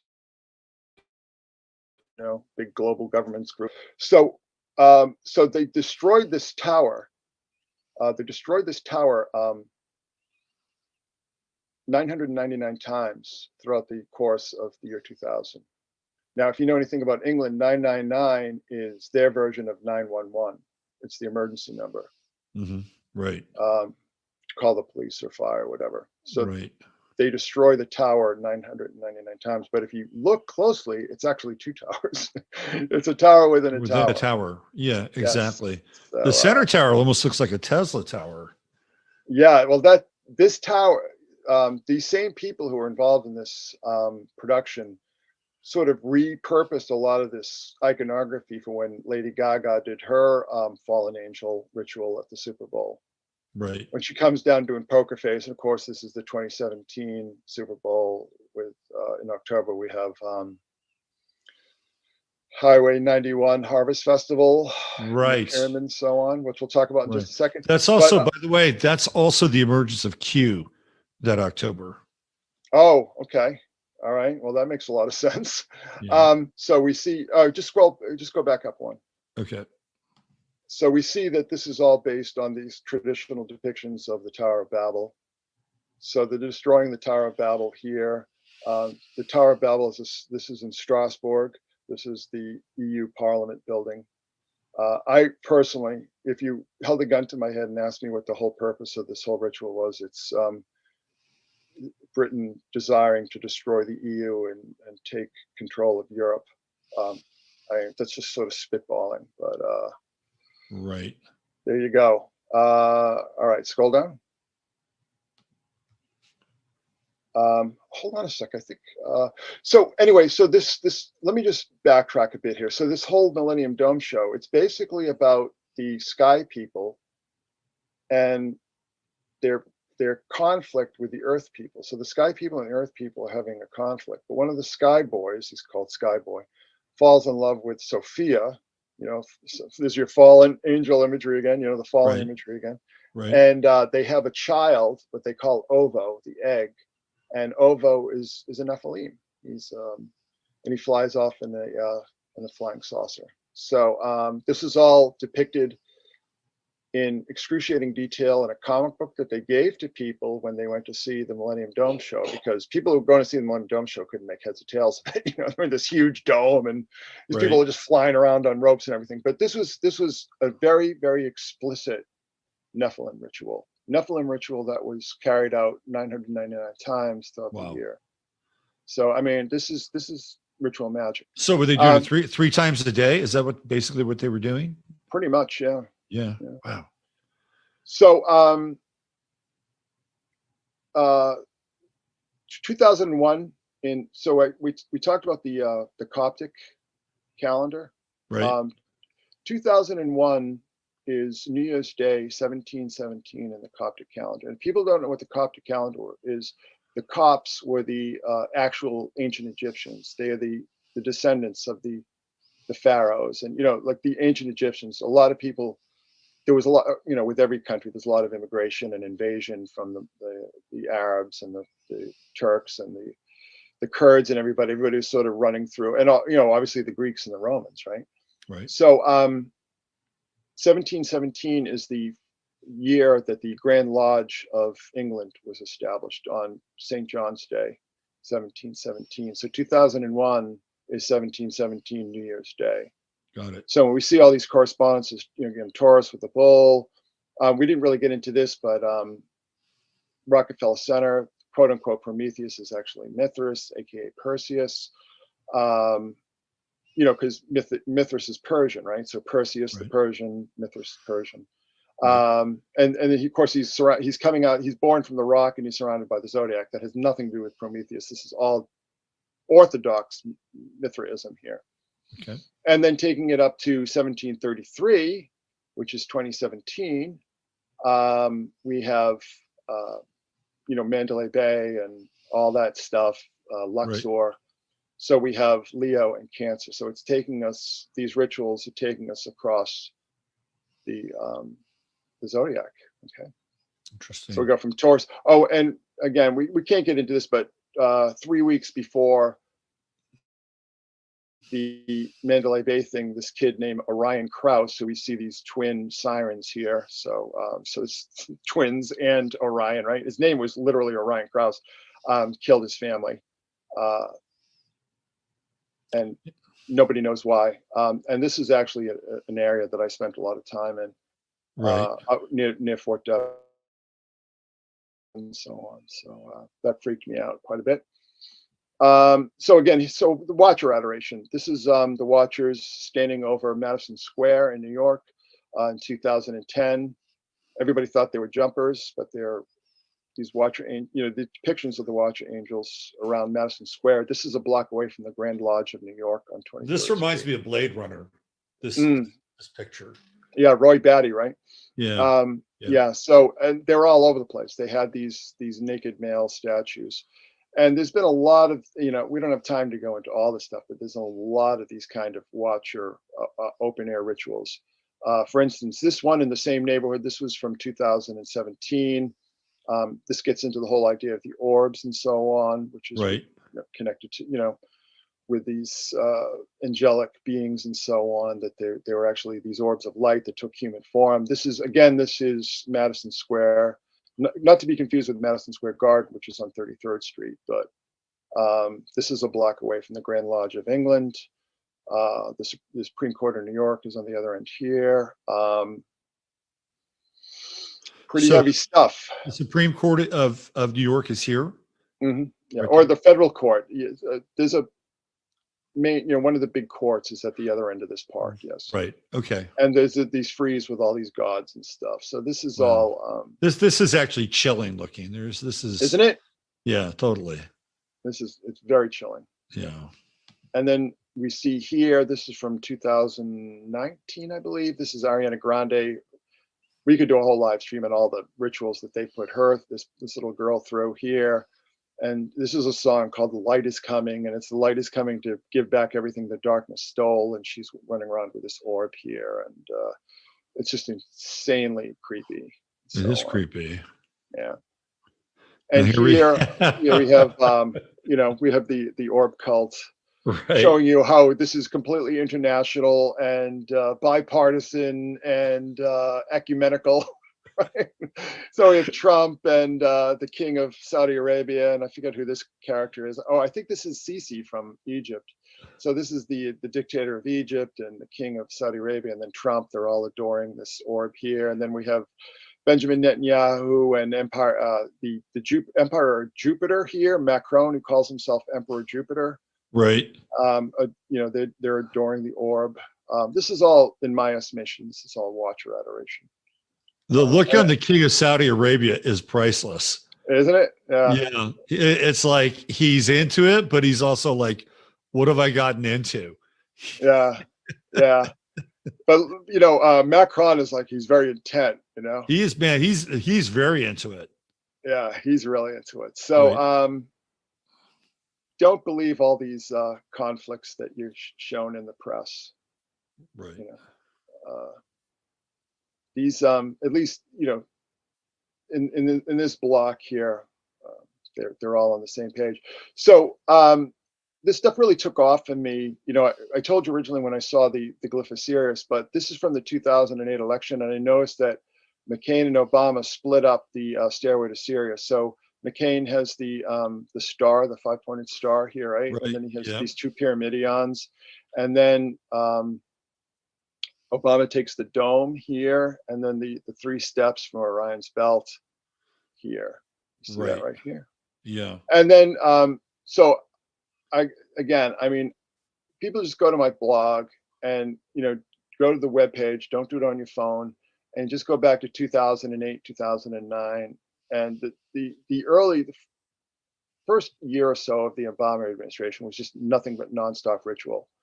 And then we see Biden, in his sad little way, try to carry on the tradition here with these photo opportunities. There's this dog Major, right? He calls his dog his German Shepherd Major. Yeah, exactly, right? So, and then Jill Biden is she's Gemini, so she's corresponding to Gemini.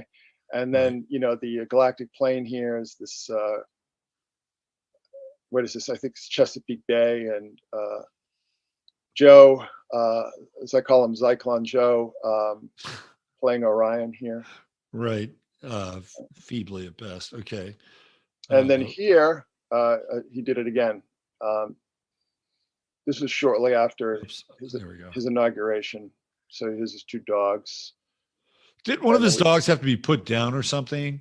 Well, he had to be like put in a pen or something. I don't know. He's biting people. Right. Yeah. You know what I mean?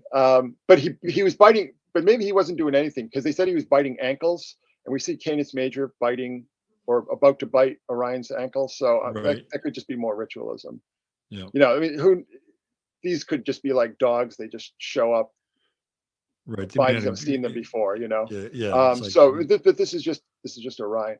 Now, this is something that I talked about last year because everybody said this was satanic. It's not satanic. It's obviously Watcher rituals because we see the hands coming out of the abyss. This is Mount Hermon here, right? The rings of perdition, of the abyss, right? That we see in this image on the lower right-hand corner here. These are the fallen angels being cast, and you know, to these rings of hell, the abyss. But the abyss within Mount Hermon, and that's where this mountain imagery. I mean, this is a whole other discussion, but this is Watcher adoration. How much do you think Travis Scott actually knows about this? Yeah. Zero. Yeah. Zero. Yeah. There he is. There he is as a Nephilim. Yeah. And then we have this weird kind of orb shape here. This orb kind of. Yeah, this is all. I mean, maybe they think the fallen angels are the orbs. Maybe they think, you know, one thing I should tell you, and my listeners, my followers, I've told the story a million times, but in 2016, we were going up to my grandmother's 100th birthday party up in New Hampshire, and as we crossed the border, across the bridge there, I saw this little Cessna coming up from Manchester Airport, and there were these 2 orange orbs that were flying around it, and it looked to me like they were trying to make it crash. So I saw these orbs, and I saw these orbs, and I'm like, well, my whole, you know, my family saw them. We were all like looking at it, like, because it was not that high above our heads. I mean, this plane had just taken off, right? And we're just like, what the hell are we looking at? You know, but there's been a lot of orb sightings in that exact area. I mean, you can go on YouTube and stuff and see tons of these things. So here, let's get into this this picture. Looks like we have some Watcher symbolism again, right? Mm-hmm. Yeah, exactly. Yep. Yeah. Yep. And then this is the layout of Astro World, right? Theoretically, so we have the masculine here, the tower here, and then the feminine here, and whatever else is going on in the delight, the carnival of delight here in Astro World. Mm-hmm. Yeah, it's not an exercise in subtlety. No, not much. All right, so but this is getting you know, just sort of keeping in line with the Queen. This is the CERN giant here.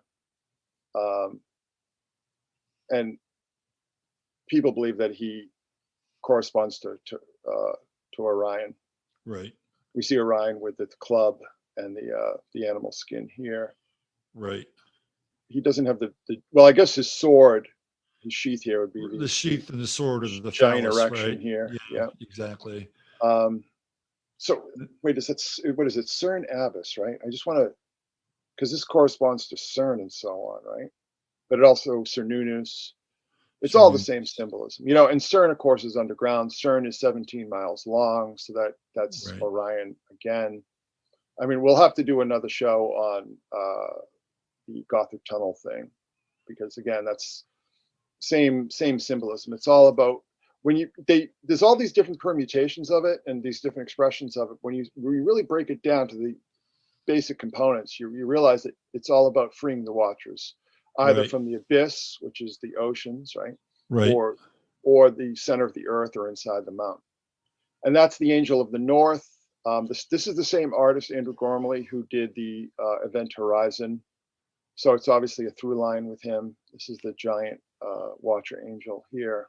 Right. And where is this? England as well? I believe it's Tyne. Okay. Up in the Midlands there. And of course, this is the imprisoned. This is a cathedral. It's actually a decommissioned cathedral, but this is an imprisoned watcher here. This incredibly creepy. This is from 2003. This is actually Prince Charles here. Prince Charles. And I can kind of see it. I can kind of see the resemblance a little bit. Yes, yeah. He's got these little horns and the wings, and this artwork is called Savior of the World. Right. And of course, we see these figures coming up from the underground here. Creepy. So, yeah. So I mean, this is kind of a through line, and I think this is the last one. Again, Cassiopeia. I will sit a queen and no widows. So she see no sorrow. Shall see no sorrow. Shall see no sorrow. Yes, thank you. Right. I sit a queen and am no widow.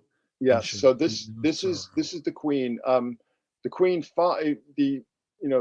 Babylon, the Queen of Babylon fallen is Andromeda, right? Because she's cast into the ocean with a rock, and that's the rock that Andromeda, and a lot of depictions from ancient star maps that she's chained to, Right. Yep. And that's all that good stuff there. So we see the Queen of Babylon here is Cassiopeia. The smoke of her burning again is the galactic plane here. Right. Perseus, kings of the earth. Perseus was a king, but he was also a hero, right? Right. Yep. And then he's also carrying the demon's head here, right? Right. Right. And then merchants of the earth, again, is Auriga. Auriga is Myrtilus, son of Mercury. So I mean, there are a lot, since there are so many different correspondences, it's kind of like they have a lot to choose from, right? And I think that's what kind of confuses people. But once you understand the basic symbology and understand all the different permutations of it, it just becomes very, very simple. It's so simple to me that it's actually shocking. Like, I'm actually shocked by how direct these correspondences are. This is not, there's no gematria here, there's no Kabbalah needed. There's no, like I said, no secret decoder rings. You don't have to start doing any math or whatever. It's just like boom, boom, boom, boom. But you have to understand that the sky it's a map, but it's also a blueprint, and you have to understand the relationship between those heavenly bodies in order to get a handle on what took place. That does take some work. I will say that. That takes some work. So once you understand what those heavenly bodies are and their relationship to one another, then I think it becomes a lot easier for the layperson to see this and wrap their head around it. And then the mystery falls away. I mean, that's my sense. Well, see, I trained as an artist my entire life. Right. So you were able to pick up the patterns, the shapes, and the forms. Yeah, because so much of it is visual. So much of it is visual. But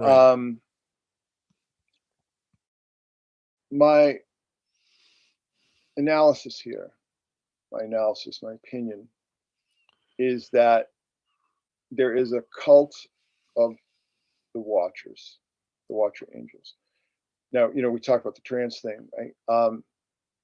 One thing that people don't kind of see, you have to go back and look at this stuff, but going back to the very early church, the angels were right, they're always depicted as women. They're always depicted as trans. I mean, that image of Virgo there, that could be Gabriel, that could be Uriel. I mean, there are depictions of the archangels that are much less masculine than this image right here. This is the Orthodox Church. This isn't like the Gnostics or some sort of weird, like the Bogomils or something. This is, go back to the Byzantine, and they didn't start changing this. They didn't start depicting them as more traditionally male until like the 18th and 19th centuries. So we're talking, for most of the church, the angels, the archangels, were depicted as trans. Now, the interesting thing about this is that the Hebrew word for angel, messenger, Malachi, right? Yeah. And then the Greek word for transgendered prostitute is malakoi. Essentially the same word, Malachi, malakoi. And this also ties into the Kadesh, right? So when people start talking about the sacred feminine, and I see a lot of sort of feminists who use that term, I'm like, don't use that word. You don't want to use that word, because sacred feminine is the Kadesh. It's the transgender cult prostitutes of, all these goddesses like Atagatis and Ash and so on. So this stuff, it has a very deep lineage, and things just start to get very, very, very strange. But I think the reason we see like all these figures like Mithras and so on sort of sucked up into this is that they were the Nephilim. The gods, the demigods, right? The demigods, the heroes, the kings, the great warriors were the Nephilim, right? They were the offspring, and this is not supposition. If you look at most of these stories of like Hercules and Perseus and Theseus and all these characters, that all of them had at least one godly parent, didn't they? Yeah. So this is a worldwide cult that has a lot of different moving parts to it, and the trans movement is a huge part of it, because the priests of these goddesses were all trans. Let me show you something. I'm going to dovetail with what you're saying. This is the Tony Kushner play, Angels in America. Mm-hmm. Right. Take a look here. Mm-hmm. What is the depiction? What are we talking about? It's the exact same thing you're talking about. Mm-hmm. And this was a huge, huge play. It ran for a long time, got numerous Tony Awards. And what's interesting about the play is that one of the characters in the play is Roy Cohn. Yes, that's true. Yes. Who is Trump's lawyer, right? Yes. So he and Trump used to go clubbing all the time back in the disco days. So interesting The stuff. world is a very strange place. It is a strange place. Yes, it's a very, very strange place. And that brings us, by the way, that was brilliant. Thank you. That was absolutely brilliant. So in summation, what we're looking at here from your astrotheological terrain is that this was a destruction, yet a consecration, a desecration and a consecration ritual to invoke and release the watchers, right? These. And look where we are now, right? We said at the beginning that the world was not the same after this. Mm-hmm. And look at surveillance too. So watchers, surveillance, right? All those cameras everywhere, the eyes everywhere, right? Right. And all this eye symbolism that we see. I mean, a lot of people like on YouTube and like Vigilant Citizen and places like that, they're always, talking about the eyes. And the one eye symbolism is Algol, because Algol is a binary star, and that's the demon's head, right? Right. And but that's the that's kind of like the back door to heaven. That you're supposed to go in Auriga. You're supposed to go with the Good Shepherd. You're not supposed to go with Perseus, because Perseus has fallen Adam. You know, again, there's a lot of moving parts, but it all sort of boils down to the same thing.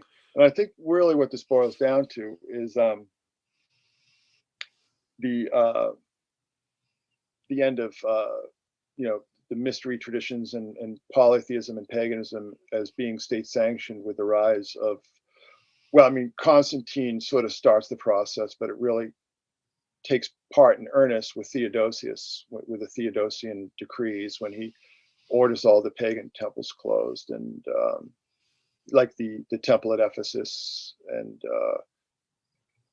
the Eleusinian, and all the oracle sites, Delphi, and so on. So, you know, this is about, and you know, it sounds like people think that there's this demarcation between like paganism or polytheism and like monotheism, which doesn't really exist, to be honest with you. There's no actually, I mean, there are sort of monotheistic sects, but Judaism and Christianity are not objectively monotheistic, because you have all the angels and all these other figures, right?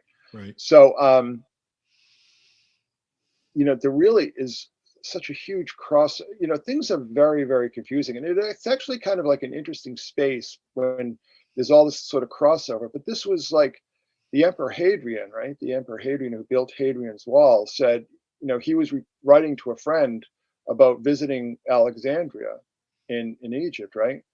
And, you know, he basically said, you know, Jewish priests would be priests of Serapis, and then they would, you know, on their nights off, they would be priests of Jesus, you know, the Jesus, Serapis, and Judaism, and all these other cults, these mystery cults all over the place, all these different, these weird kind of dying, rising gods that nobody's ever heard of, and so on.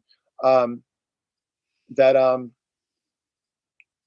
was just it was just a complete mess. You know, the demarcation really didn't come in until the Romans decided that they needed something. The empire was falling apart. It was getting harder and harder to police. They needed a unifying principle. And it started with Aurelian after the crisis of the 3rd century. And he started the whole Sol cult, right? And then Constantine was a devotee of the Sol cult. And he, you know, there have been people who have, you know, observed that he thought the God of the Bible was Sol, right? And that Christ, you know, because there are all these kind of figures showing up as sons of God. I mean, sons of God are like all over the place in every religion you can name. And you know, Julian the Apostate tries to restore these religions. He's part of the Constantine family, the Constantine dynasty. And, you know, he writes, this is after the, you know, obviously after the diaspora, after the fall of Jerusalem. But he's writing to Jewish priests and saying, you know, you know, they call us pagans, you know, we're the same, we're all doing the same thing. It's all this kind of same thing. Because like objectively, if you look at temple Judaism, it's just basically a Jupiter cult, right? Jupiter, Judaism, you know what I mean? Deus, Deo, Jew, you know what I mean? It's all the same thing. Mm-hmm. And there were all the differences that people ascribe to, you know, again, to paganism and monotheism and all this kind of thing, just totally invented. They're totally invented. I mean, even as far as the High Middle Ages, you know, there was this constant process of revision. Right. You know what I'm saying? Yeah. So, I mean, well, they would revise it to suit either the tenor of the time or whoever was in power, or if there was a major demographic shift, right? I mean, things would change. Mm-hmm, mm-hmm. Yeah, demographics had a huge part of it, because what had happened is that the Christian church, and churches, there was a number of these sects, right? You know, all the different Gnostic sects, but then all the different sort of like, there's people like Marcion and so on. They would not practice abortion or infanticide.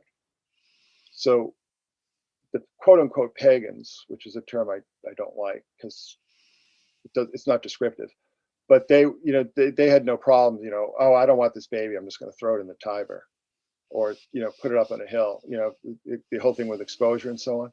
Right. So it really was, it was a demographic shift that came because Christians would not kill the, they would not practice infanticide and abortion.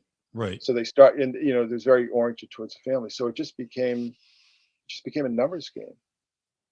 I mean, nobody took them seriously until I don't know, like the early 4th century, when and they were no more than like 5 or 10% of the population, but they started, like a lot of the philosophers, these philosophic schools started converting and so on, like these Greek, because Christianity is Hellenism. Christianity is like the last great expression of Hellenism. It's not really Judaic. You know what I mean? It's Hellenic.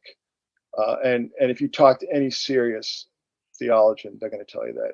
Any serious study of ancient religions is going to tell you that this is Hellenic. But there are all these sort of groups like the Therapeutes and Philo of Alexandria. This Jews, converted Jews who were interested in Hellenic philosophy, the Neoplatonists and so on. So again, this is all it's all just this big melange. But the long and short of it is that this mythology grows up over time, that there was this, that the true gods, the watcher gods, right, who became identified with the polytheistic gods over time, that they came down to help us. They came down to show us technology and all this kind of stuff, teach us all these arts, meteorology, astrology, all these kind of things, and they were punished for it. They were the good guys, like they were unjustly punished. And there's a lot of Gnostic element to this as well. There's a lot of Gnosticism involved in this watcher mythology, but it sort of transcends Gnosticism because everything just mutates over time. But again, the reason you can see all this biblical iconography combined with all this quote unquote pagan iconography is because it all ties in under the Watchers, because the Watchers birthed the race of Nephilim, who were the mighty men of the ancients. Right. So let's talk a little bit about the after effects and the impact of this mega ritual of 9/11. And I do believe that the world changed for a number of reasons. We talked about some of the geopolitical aspects, the manipulation of the evangelicals. Mm-hmm. Do you think that they were successful in their attempt to unleash the Watchers, to bring them back? Are they here now? And is the spirit of the Watchers more pervasive than it's been prior to 9/11?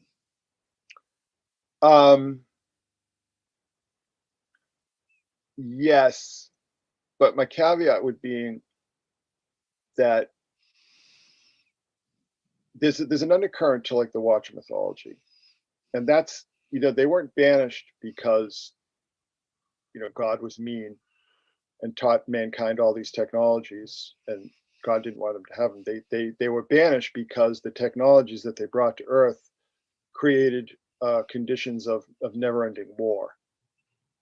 And you can read that in the Book of Enoch, that the Watcher angels and the Nephilim and so on, just the gifts that they brought to mankind, mankind was not suited towards.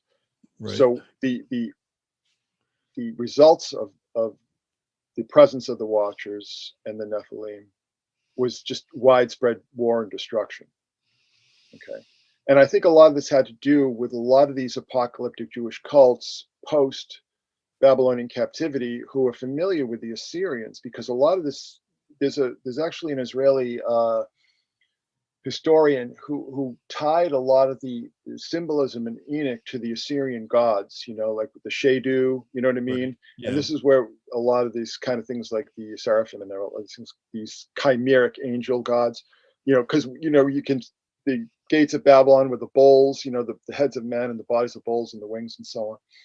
So the Assyrian Empire, the Neo-Assyrian Empire, the Assyrio-Babylonian Empire, was one of the most ruthless, bloody, brutal governments or monarchies or whatever you want to call it.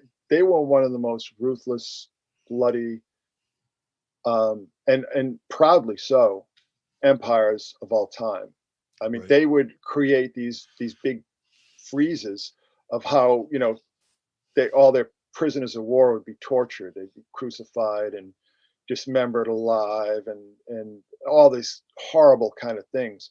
So I think that was kind of a big influence on the development of the Watcher corpus, because these apocalyptic cults, very familiar with Zoroastrianism, you know, because of Cyrus and so on, and Xerxes, very familiar with the traditional Sumerian religions that were practiced up until the rise of Islam. A lot of people realize that, like, the traditional Sumerian religions goes back, what, 10, 20,000 years, and didn't really stop, didn't really end, wasn't really, all those temples weren't shuttered until the rise, you know, to Islam took over Babylon, Baghdad, and so on. So I think there was an association with the power of these angels coming down to earth, creating just massive destruction, which I think is pretty well borne out of the past 20 years, isn't it? Right? Because once we saw this giant Watcher ritual, right, this mega ritual, and then, like I said, what do we see next? We see even before the invasion of Iraq, we see the invasion of Afghanistan. Right. You know, a war that took 20 years and we lost. Yeah. Right. You know, with all our military might, you know, a bunch of part-time soldiers, full-time goat herders, you know, kicked us out of the country. Right. So I think that there's, there is that there's some planned obsolescence around that, but whatever the point may be, but there's a direct correlation between this ritual that we've discussed and war without end. Basically, war without end. Yeah, exactly. War without end, because it spreads from Iraq to Syria to Libya to Yemen to Pakistan. Right. Yep. You know, I mean, it's just, so there is that correlation between all this Watcher symbolism, ritualism, and these wars. And, like, you know, I pointed out the whole idea of Auriga, that Auriga, the chariot to heaven, to the garden, is a war chariot now. Interesting. You know, it's a chariot of war.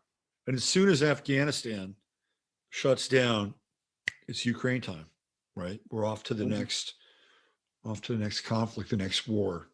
Mm-hmm.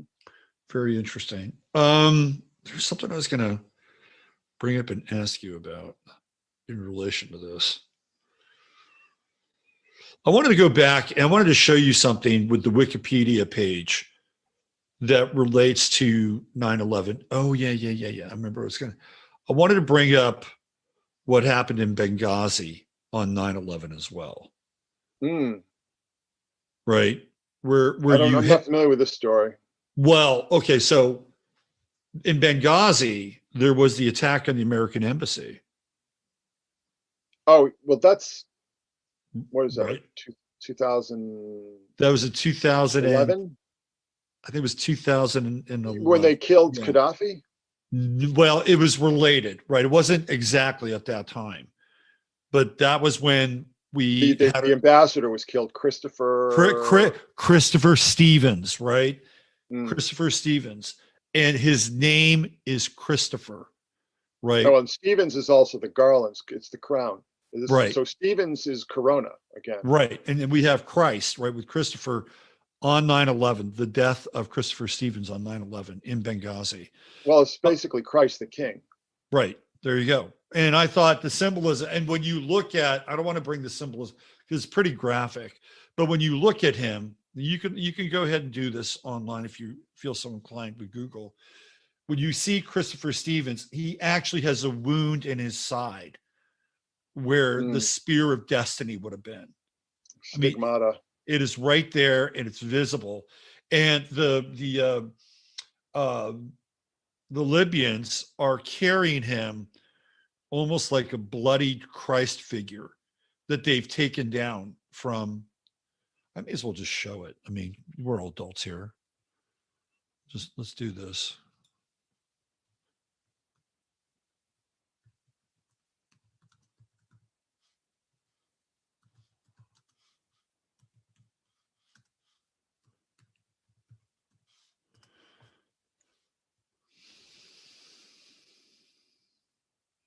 It's very hard to find these pictures now.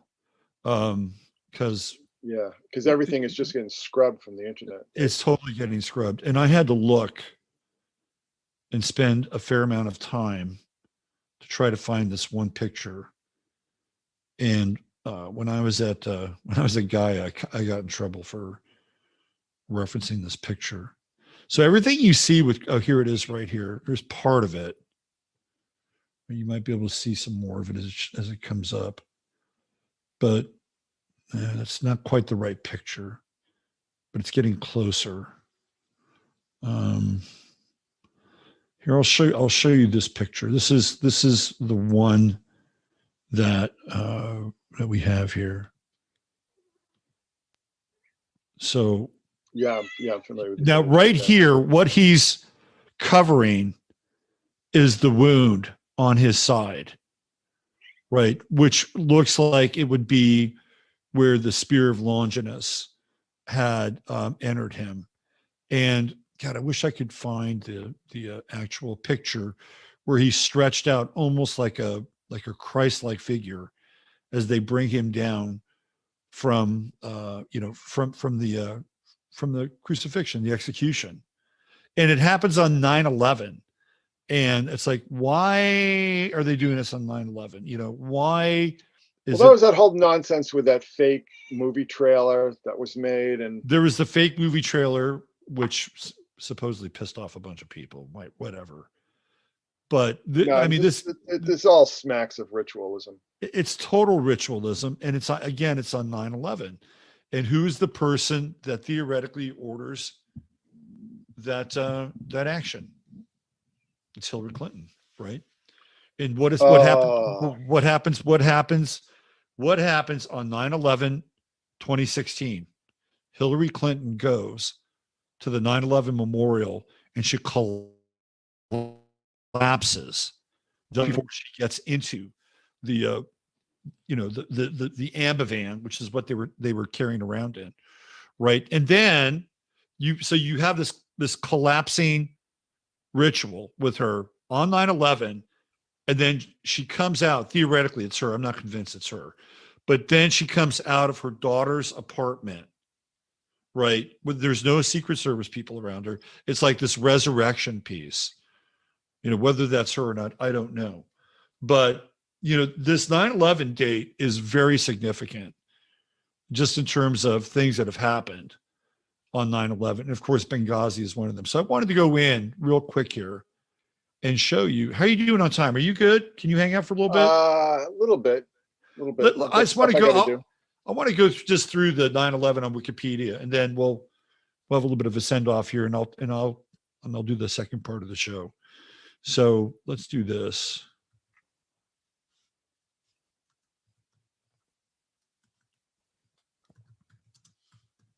You'll find this interesting for a number of reasons. Oh, let's see. No, I don't want that. Don't want that. I just want to go to September 11th. Let's just do that.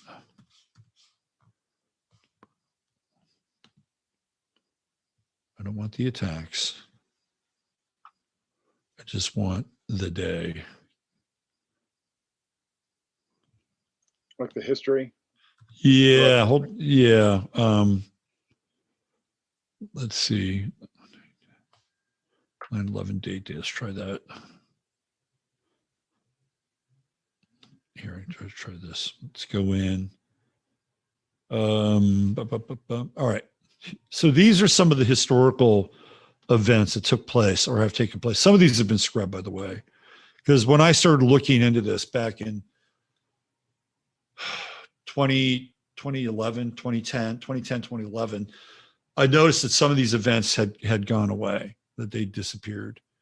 Wikipedia Wikipedia to me is just basically a glorified search engine. I agree with you, but every now and then they'll have something in here that is relevant. So you and I talked a little bit about this, right? So Henry Hudson arrives on Manhattan and meets the indigenous people. That's 9/11, right? This is the guy that theoretically discovers Manhattan, and the date is listed as 9/11 in 1609. Well, the famous one is the Battle of Vienna too, because like, quote unquote, Osama bin Laden was said to have cited the Battle of Vienna. There you go, 1683, 9/11. Between the Ottomans. So here's where it gets very interesting. There's actually a lot of them. It's kind of interesting. All right, 1826. Captain William Morgan, an ex-Freemason, is arrested in Batavia, New York for debt after declaring he would publish The Mysteries of Freemasonry, a book against Freemasonry. So that's in 1826, 9/11. And then on 1830, 9/11, the Anti-Masonic Party Convention. We talked about that, didn't we? That's right. It's right there. Two significant days on 9/11, anti-Masonic. Right? Well, because you had mentioned that, the tradition that 9/11 was the birth of Jesus. That would make sense insofar as that 9/11 is also New Year's Day in the Coptic calendar. So right. There's a very interesting correlation there for sure.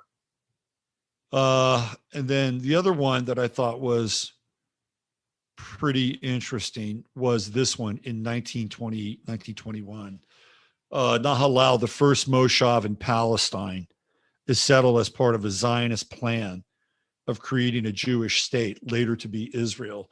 So they're already sinking their claws into the territory prior to this ever happening, which will ultimately, find itself, ratified in 1948, right?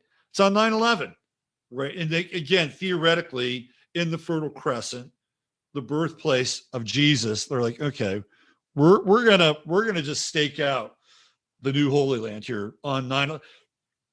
Could have been 9/10, could have been 9/12. Nope. Yeah, you have to wonder a lot of stuff. Yeah, because you'll love this one. 1941, construction begins on the Pentagon. Were you aware of that? Yes, I was. Yeah, that's pretty crazy, right? I mean, all these little pieces start to fit together here. Yeah, that's right. And then, of course, we move forward. BART started in 1972, which is really kind of a nothing burger in some ways. There's a lot of plane crashes on 9/11. And if you look at like the history of atomic bombs, nuclear testing, there's quite a few. And this is what Wikipedia has scrubbed.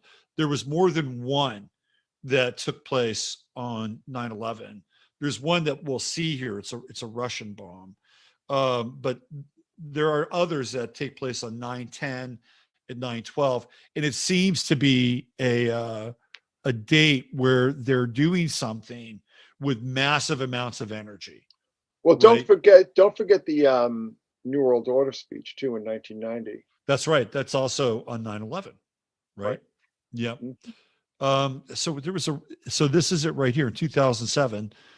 Russia tests the largest conventional weapon ever, the father of all bombs. That's in 2007, another 9/11 event. So where are they doing that? They're doing that underground, right? This is so this lends some credence to releasing whatever is beneath the surface, right? Whatever's trapped underneath the earth. So this is a really interesting day in and of itself, right? Of course, you had the Benghazi attack in 2012. And then I guess the crane collapsed in a mosque in Saudi Arabia, killing 100. Oh, not just any mosque. That's the big one. The big one, right? Yeah, that's the big 9/11, one, right? Yeah. So a very interesting day with a lot of occult significance with events throughout history. And then you have the Chilean constitution that takes hold under Pinochet. So anyway, I'm going to get into more. I'm going to let you get out of here and get on with your night. And I want to thank you for being here, Christopher. I enjoyed it. Thank you very much for having me. Appreciate it. Yeah. The Secret Sun is your blog, and you can follow Christopher's work there. He's got a Patreon if you're interested, and a whole bunch of books, some of which are in print, some of which aren't, over on Amazon. And we follow each other on Twitter, so you can find him there. And Secret Sun Speaks is my handle. So, do you do anything with Instagram or any of the other platforms? Well, I have a group on Facebook that's been going for 12 years now. Okay. I have a Discord for my patrons, my Patreon people. Right. I try to keep it a little bit more focused because, when you start doing like all these different platforms, it's very easy to just spin out of control. You spend all your time on social media too. That's the other thing. Yeah, I'm really trying to weed myself away from. I mean, I believe that social media is becoming a force for evil. I agree with Very you. much so.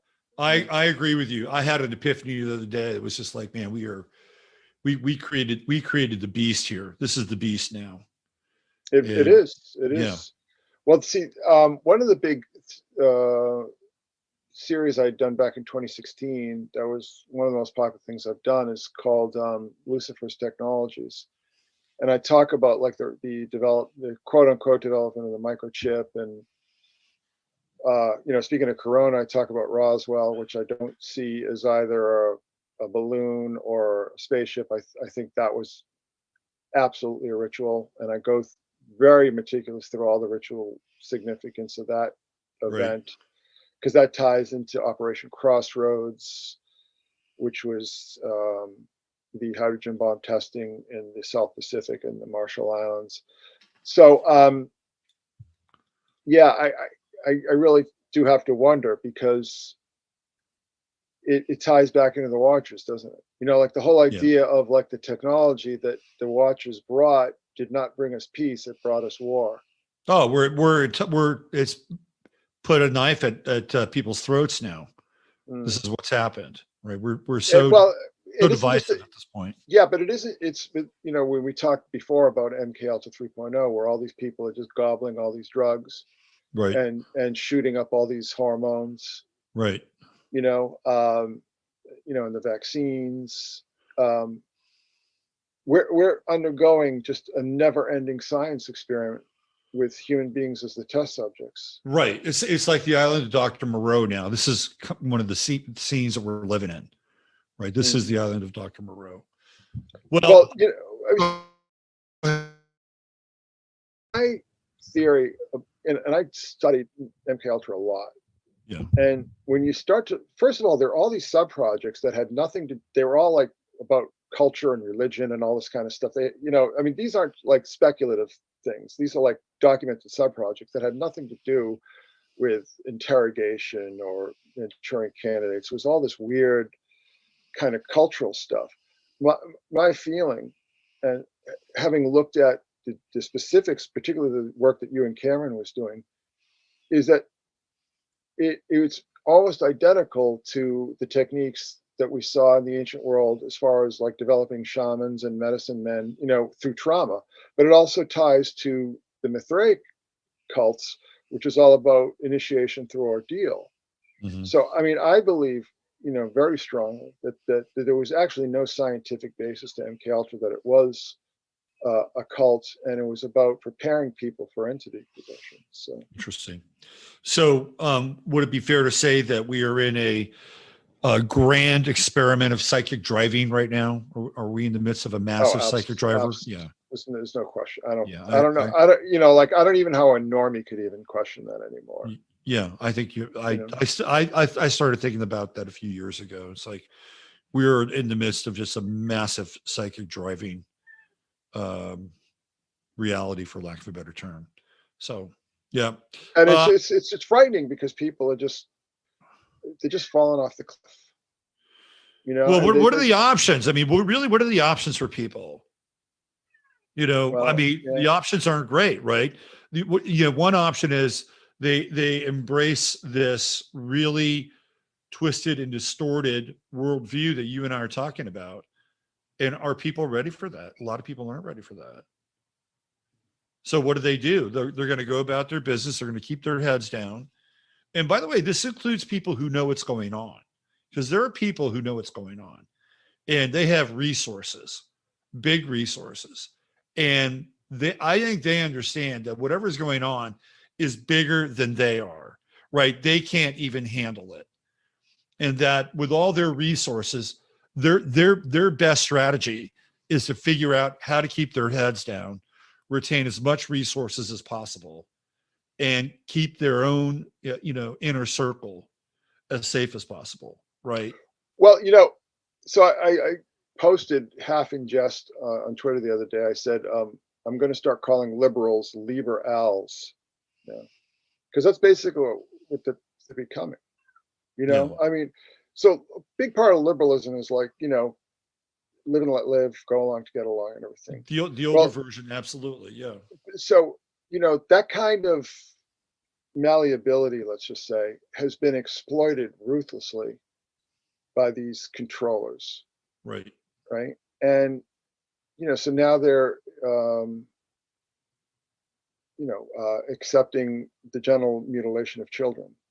Right. I mean, the things that people are accepting now because they go along to get along would be unthinkable 5-10 years ago. It would just be absolutely unthinkable. Like people, you'd say like, hey, do you think it's a good idea for all these school teachers to, take kids aside and discuss adult sexuality with like 5-year-olds? People, what are you, insane? Are you kidding me? Right. You should be locked up. Like, you for even asking me that question. And now it's just like, well, if you don't go along with that, you're alt-right or something, And the thing that's really interesting to me, these liberals, which I'm gonna make that stick. I'm gonna make that a thing. Their entire political stance now is indistinguishable from doctrinaire fascism. It really is. I mean, it's like, pro-war, pro-surveillance, pro-censorship, pro-deplatforming, pro-medical experimentation, pro-war, anti-Slav. They hate all the Slavic countries. Somewhere along the way, we went through this psychic and cosmological inversion. Like, something major happened with this inversion. It could have been the election of Trump. It could have been prior to the election of Trump. But to your point, 6 years ago, if you were to have these conversations with people, like, oh, well, guess what? You're going to take your kids down to the bar. You're going to take your kids down to the bar, and you're going to go there, and you're going to literally let a drag queen take a $5 bill out of your kid's waistband. Like, if you had that discussion 6 years ago, people would not have been able to wrap their heads around that. And so Trump was really a godsend to this whole process. Listen, I've never been a fan of Trump, ever. Right. And it's funny because he's right down the road from me. Like, I'm literally right down the road from Bedminster. I've never been a fan of Trump, going back to the 80s. Right. And I, for all his stances that he took, he never actually did anything about them. And because of this effect that he had on all these weak, sick people, particularly weak, sick people in the media, I mean, it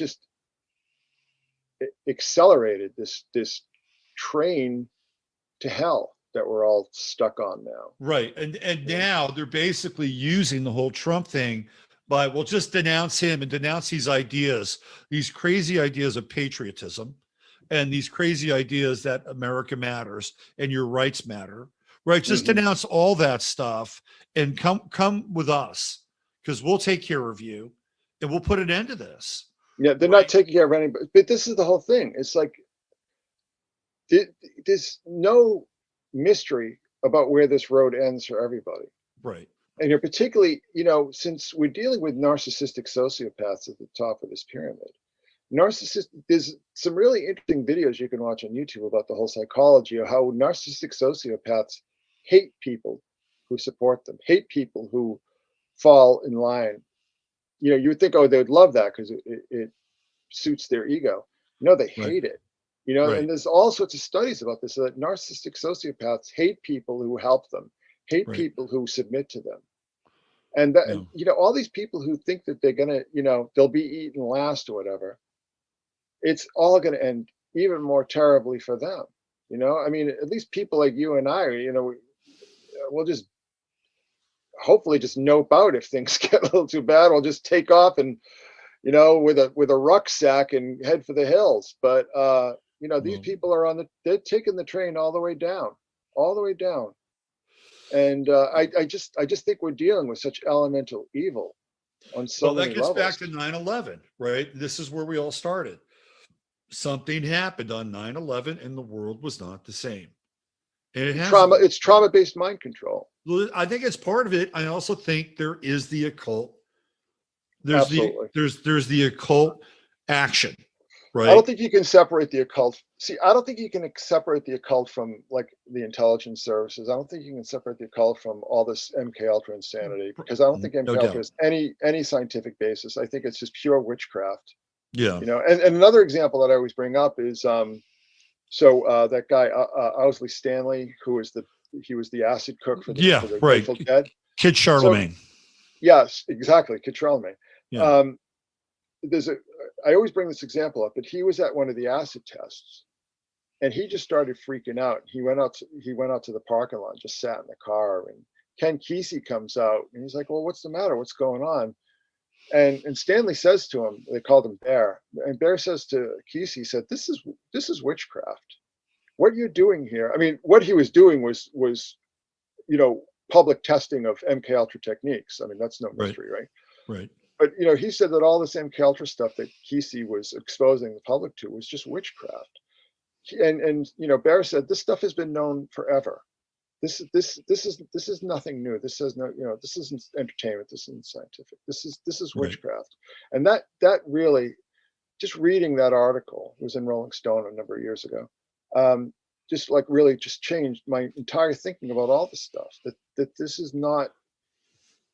There's no science behind it. It's just madness. Right.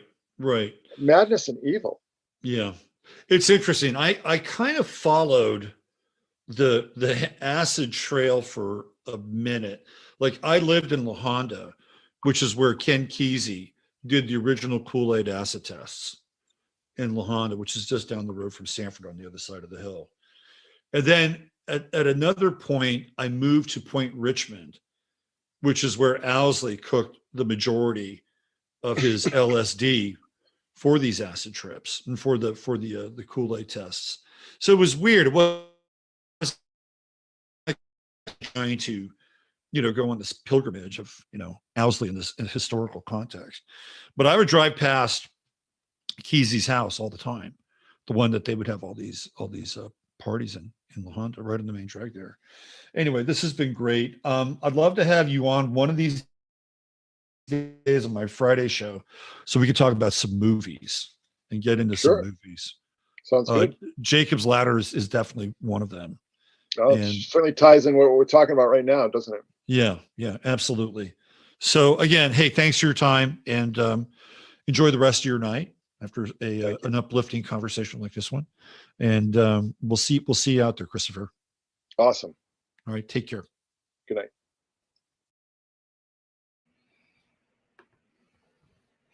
All right, that was Christopher Knowles from just a little over a year ago. It will be a year on Monday where we did that was an epic show. He was amazing, and I'm glad I went through and listened to it again for I think I went through it again prior to doing this because I needed to edit the video a little bit. And then, of course, listening to it through the show today, and it's remarkable the work that he put in and really breaking this down step by step by step by step by step, and seeing the symbolism as it relates to 9/11 and beyond 9/11. So it was a total gift when he couldn't make it on to Sam Tripoli because he was supposed to be on Sam Tripoli that night. Something happened. I don't know what happened. So it was like, man, okay, I'm good. Let's go. Come on the show and we'll do this. Because originally I had asked him, he said, well, I think I'm busy that night because, everybody wants to have him on their show and their pod. And I'm like, okay, well, I'll just let it go and, we'll just do our own show and that's fine. And then it was like, hey, it looks like I had a cancellation. So I'm really, Sam, whatever you did, thank you for doing that because that was a great show. And you got to kind of catch the genius there for about 2 hours with Christopher. And, you know, I'm a Virgo, so I go back and I listen with a bit of a critical ear. And I'm like, okay, well, maybe I should have shut up there and let him talk a little bit more. And then I'm like, well, did I add anything, you know, some of the contributions? I'm like, yeah, I think so, because, you know, it seemed to spark some conversation. So it's always interesting to go back and look at what you've done in the past and see if it holds up and see if there's anything that you would have changed about it. And I'm like, not much, but maybe there are a couple times, maybe early on, where I was like, okay, he's on a roll here. Let him keep going.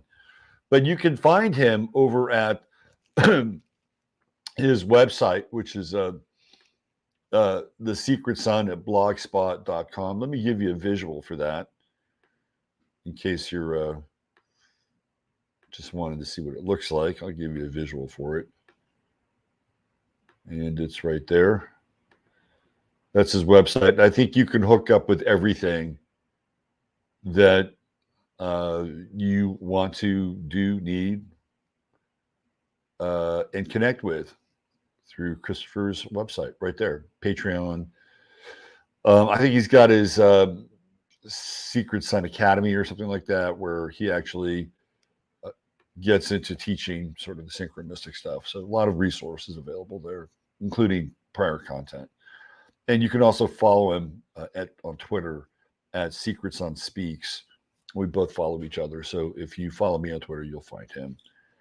The other part of the show was myself breaking down the Western mundane astrological stuff associated with 9/11. And one of the things that I talk about is the historical birth of Jesus at the beginning of that video. And there's another, well, I guess I'll call him a YouTuber, a guy by the name of Jeff Lewis, who's actually quite good. And his YouTube channel does not get a lot of views, which is unfortunate because I think he does a lot of really good work. And he actually gets into the celestial alignments during the theoretical time of Christ. And you can see them, they're all in the sky on that night, including the conjunction of Jupiter and Leo with Regulus. It only happens in a very, very specific time. And it's at 9/11. It was at 33 BC, right? Very, very specific time. And of course, happening under the sign of the Virgin, right? So we talk about the virgin birth as under the sign of the Virgin. And by the way, there are theological scholars, Christian theological scholars, that also agree with this interpretation. Because if you look at really who's born on December 25th or Christmas Eve, right? It's 24th, 25th. It's not Jesus. It is Nimrod. That's Nimrod's birthday. So when we have our Saturnalia, we're actually worshiping Nimrod. And so that's a whole other story, a whole other show. But if you're interested in watching the second part of this, I'll leave it in the link for the show in the show notes. Yes, I know. Jasper was here earlier, and now he's here now. Yeah, you were a really great addition to the show, though nobody really saw you. That first part of the show, you really held it down. I'm telling you. Okay, thanks for being here. We will be back on Sunday night. Who knows? Maybe I'll return to the scene of the crime or the scene of the nursery crime, which was the switched birth dates. And maybe we'll track that down again and give it a little bit of reanimation, breathe the spirit of life into it. All right. Thanks, everybody. Thanks for being here. And use your head in order to discern what's real, your heart to stay open to what's possible. And once again, thank you to Christopher Knowles from The Secret Sun for making this a great show. All right. Take care, everybody. Bye for now.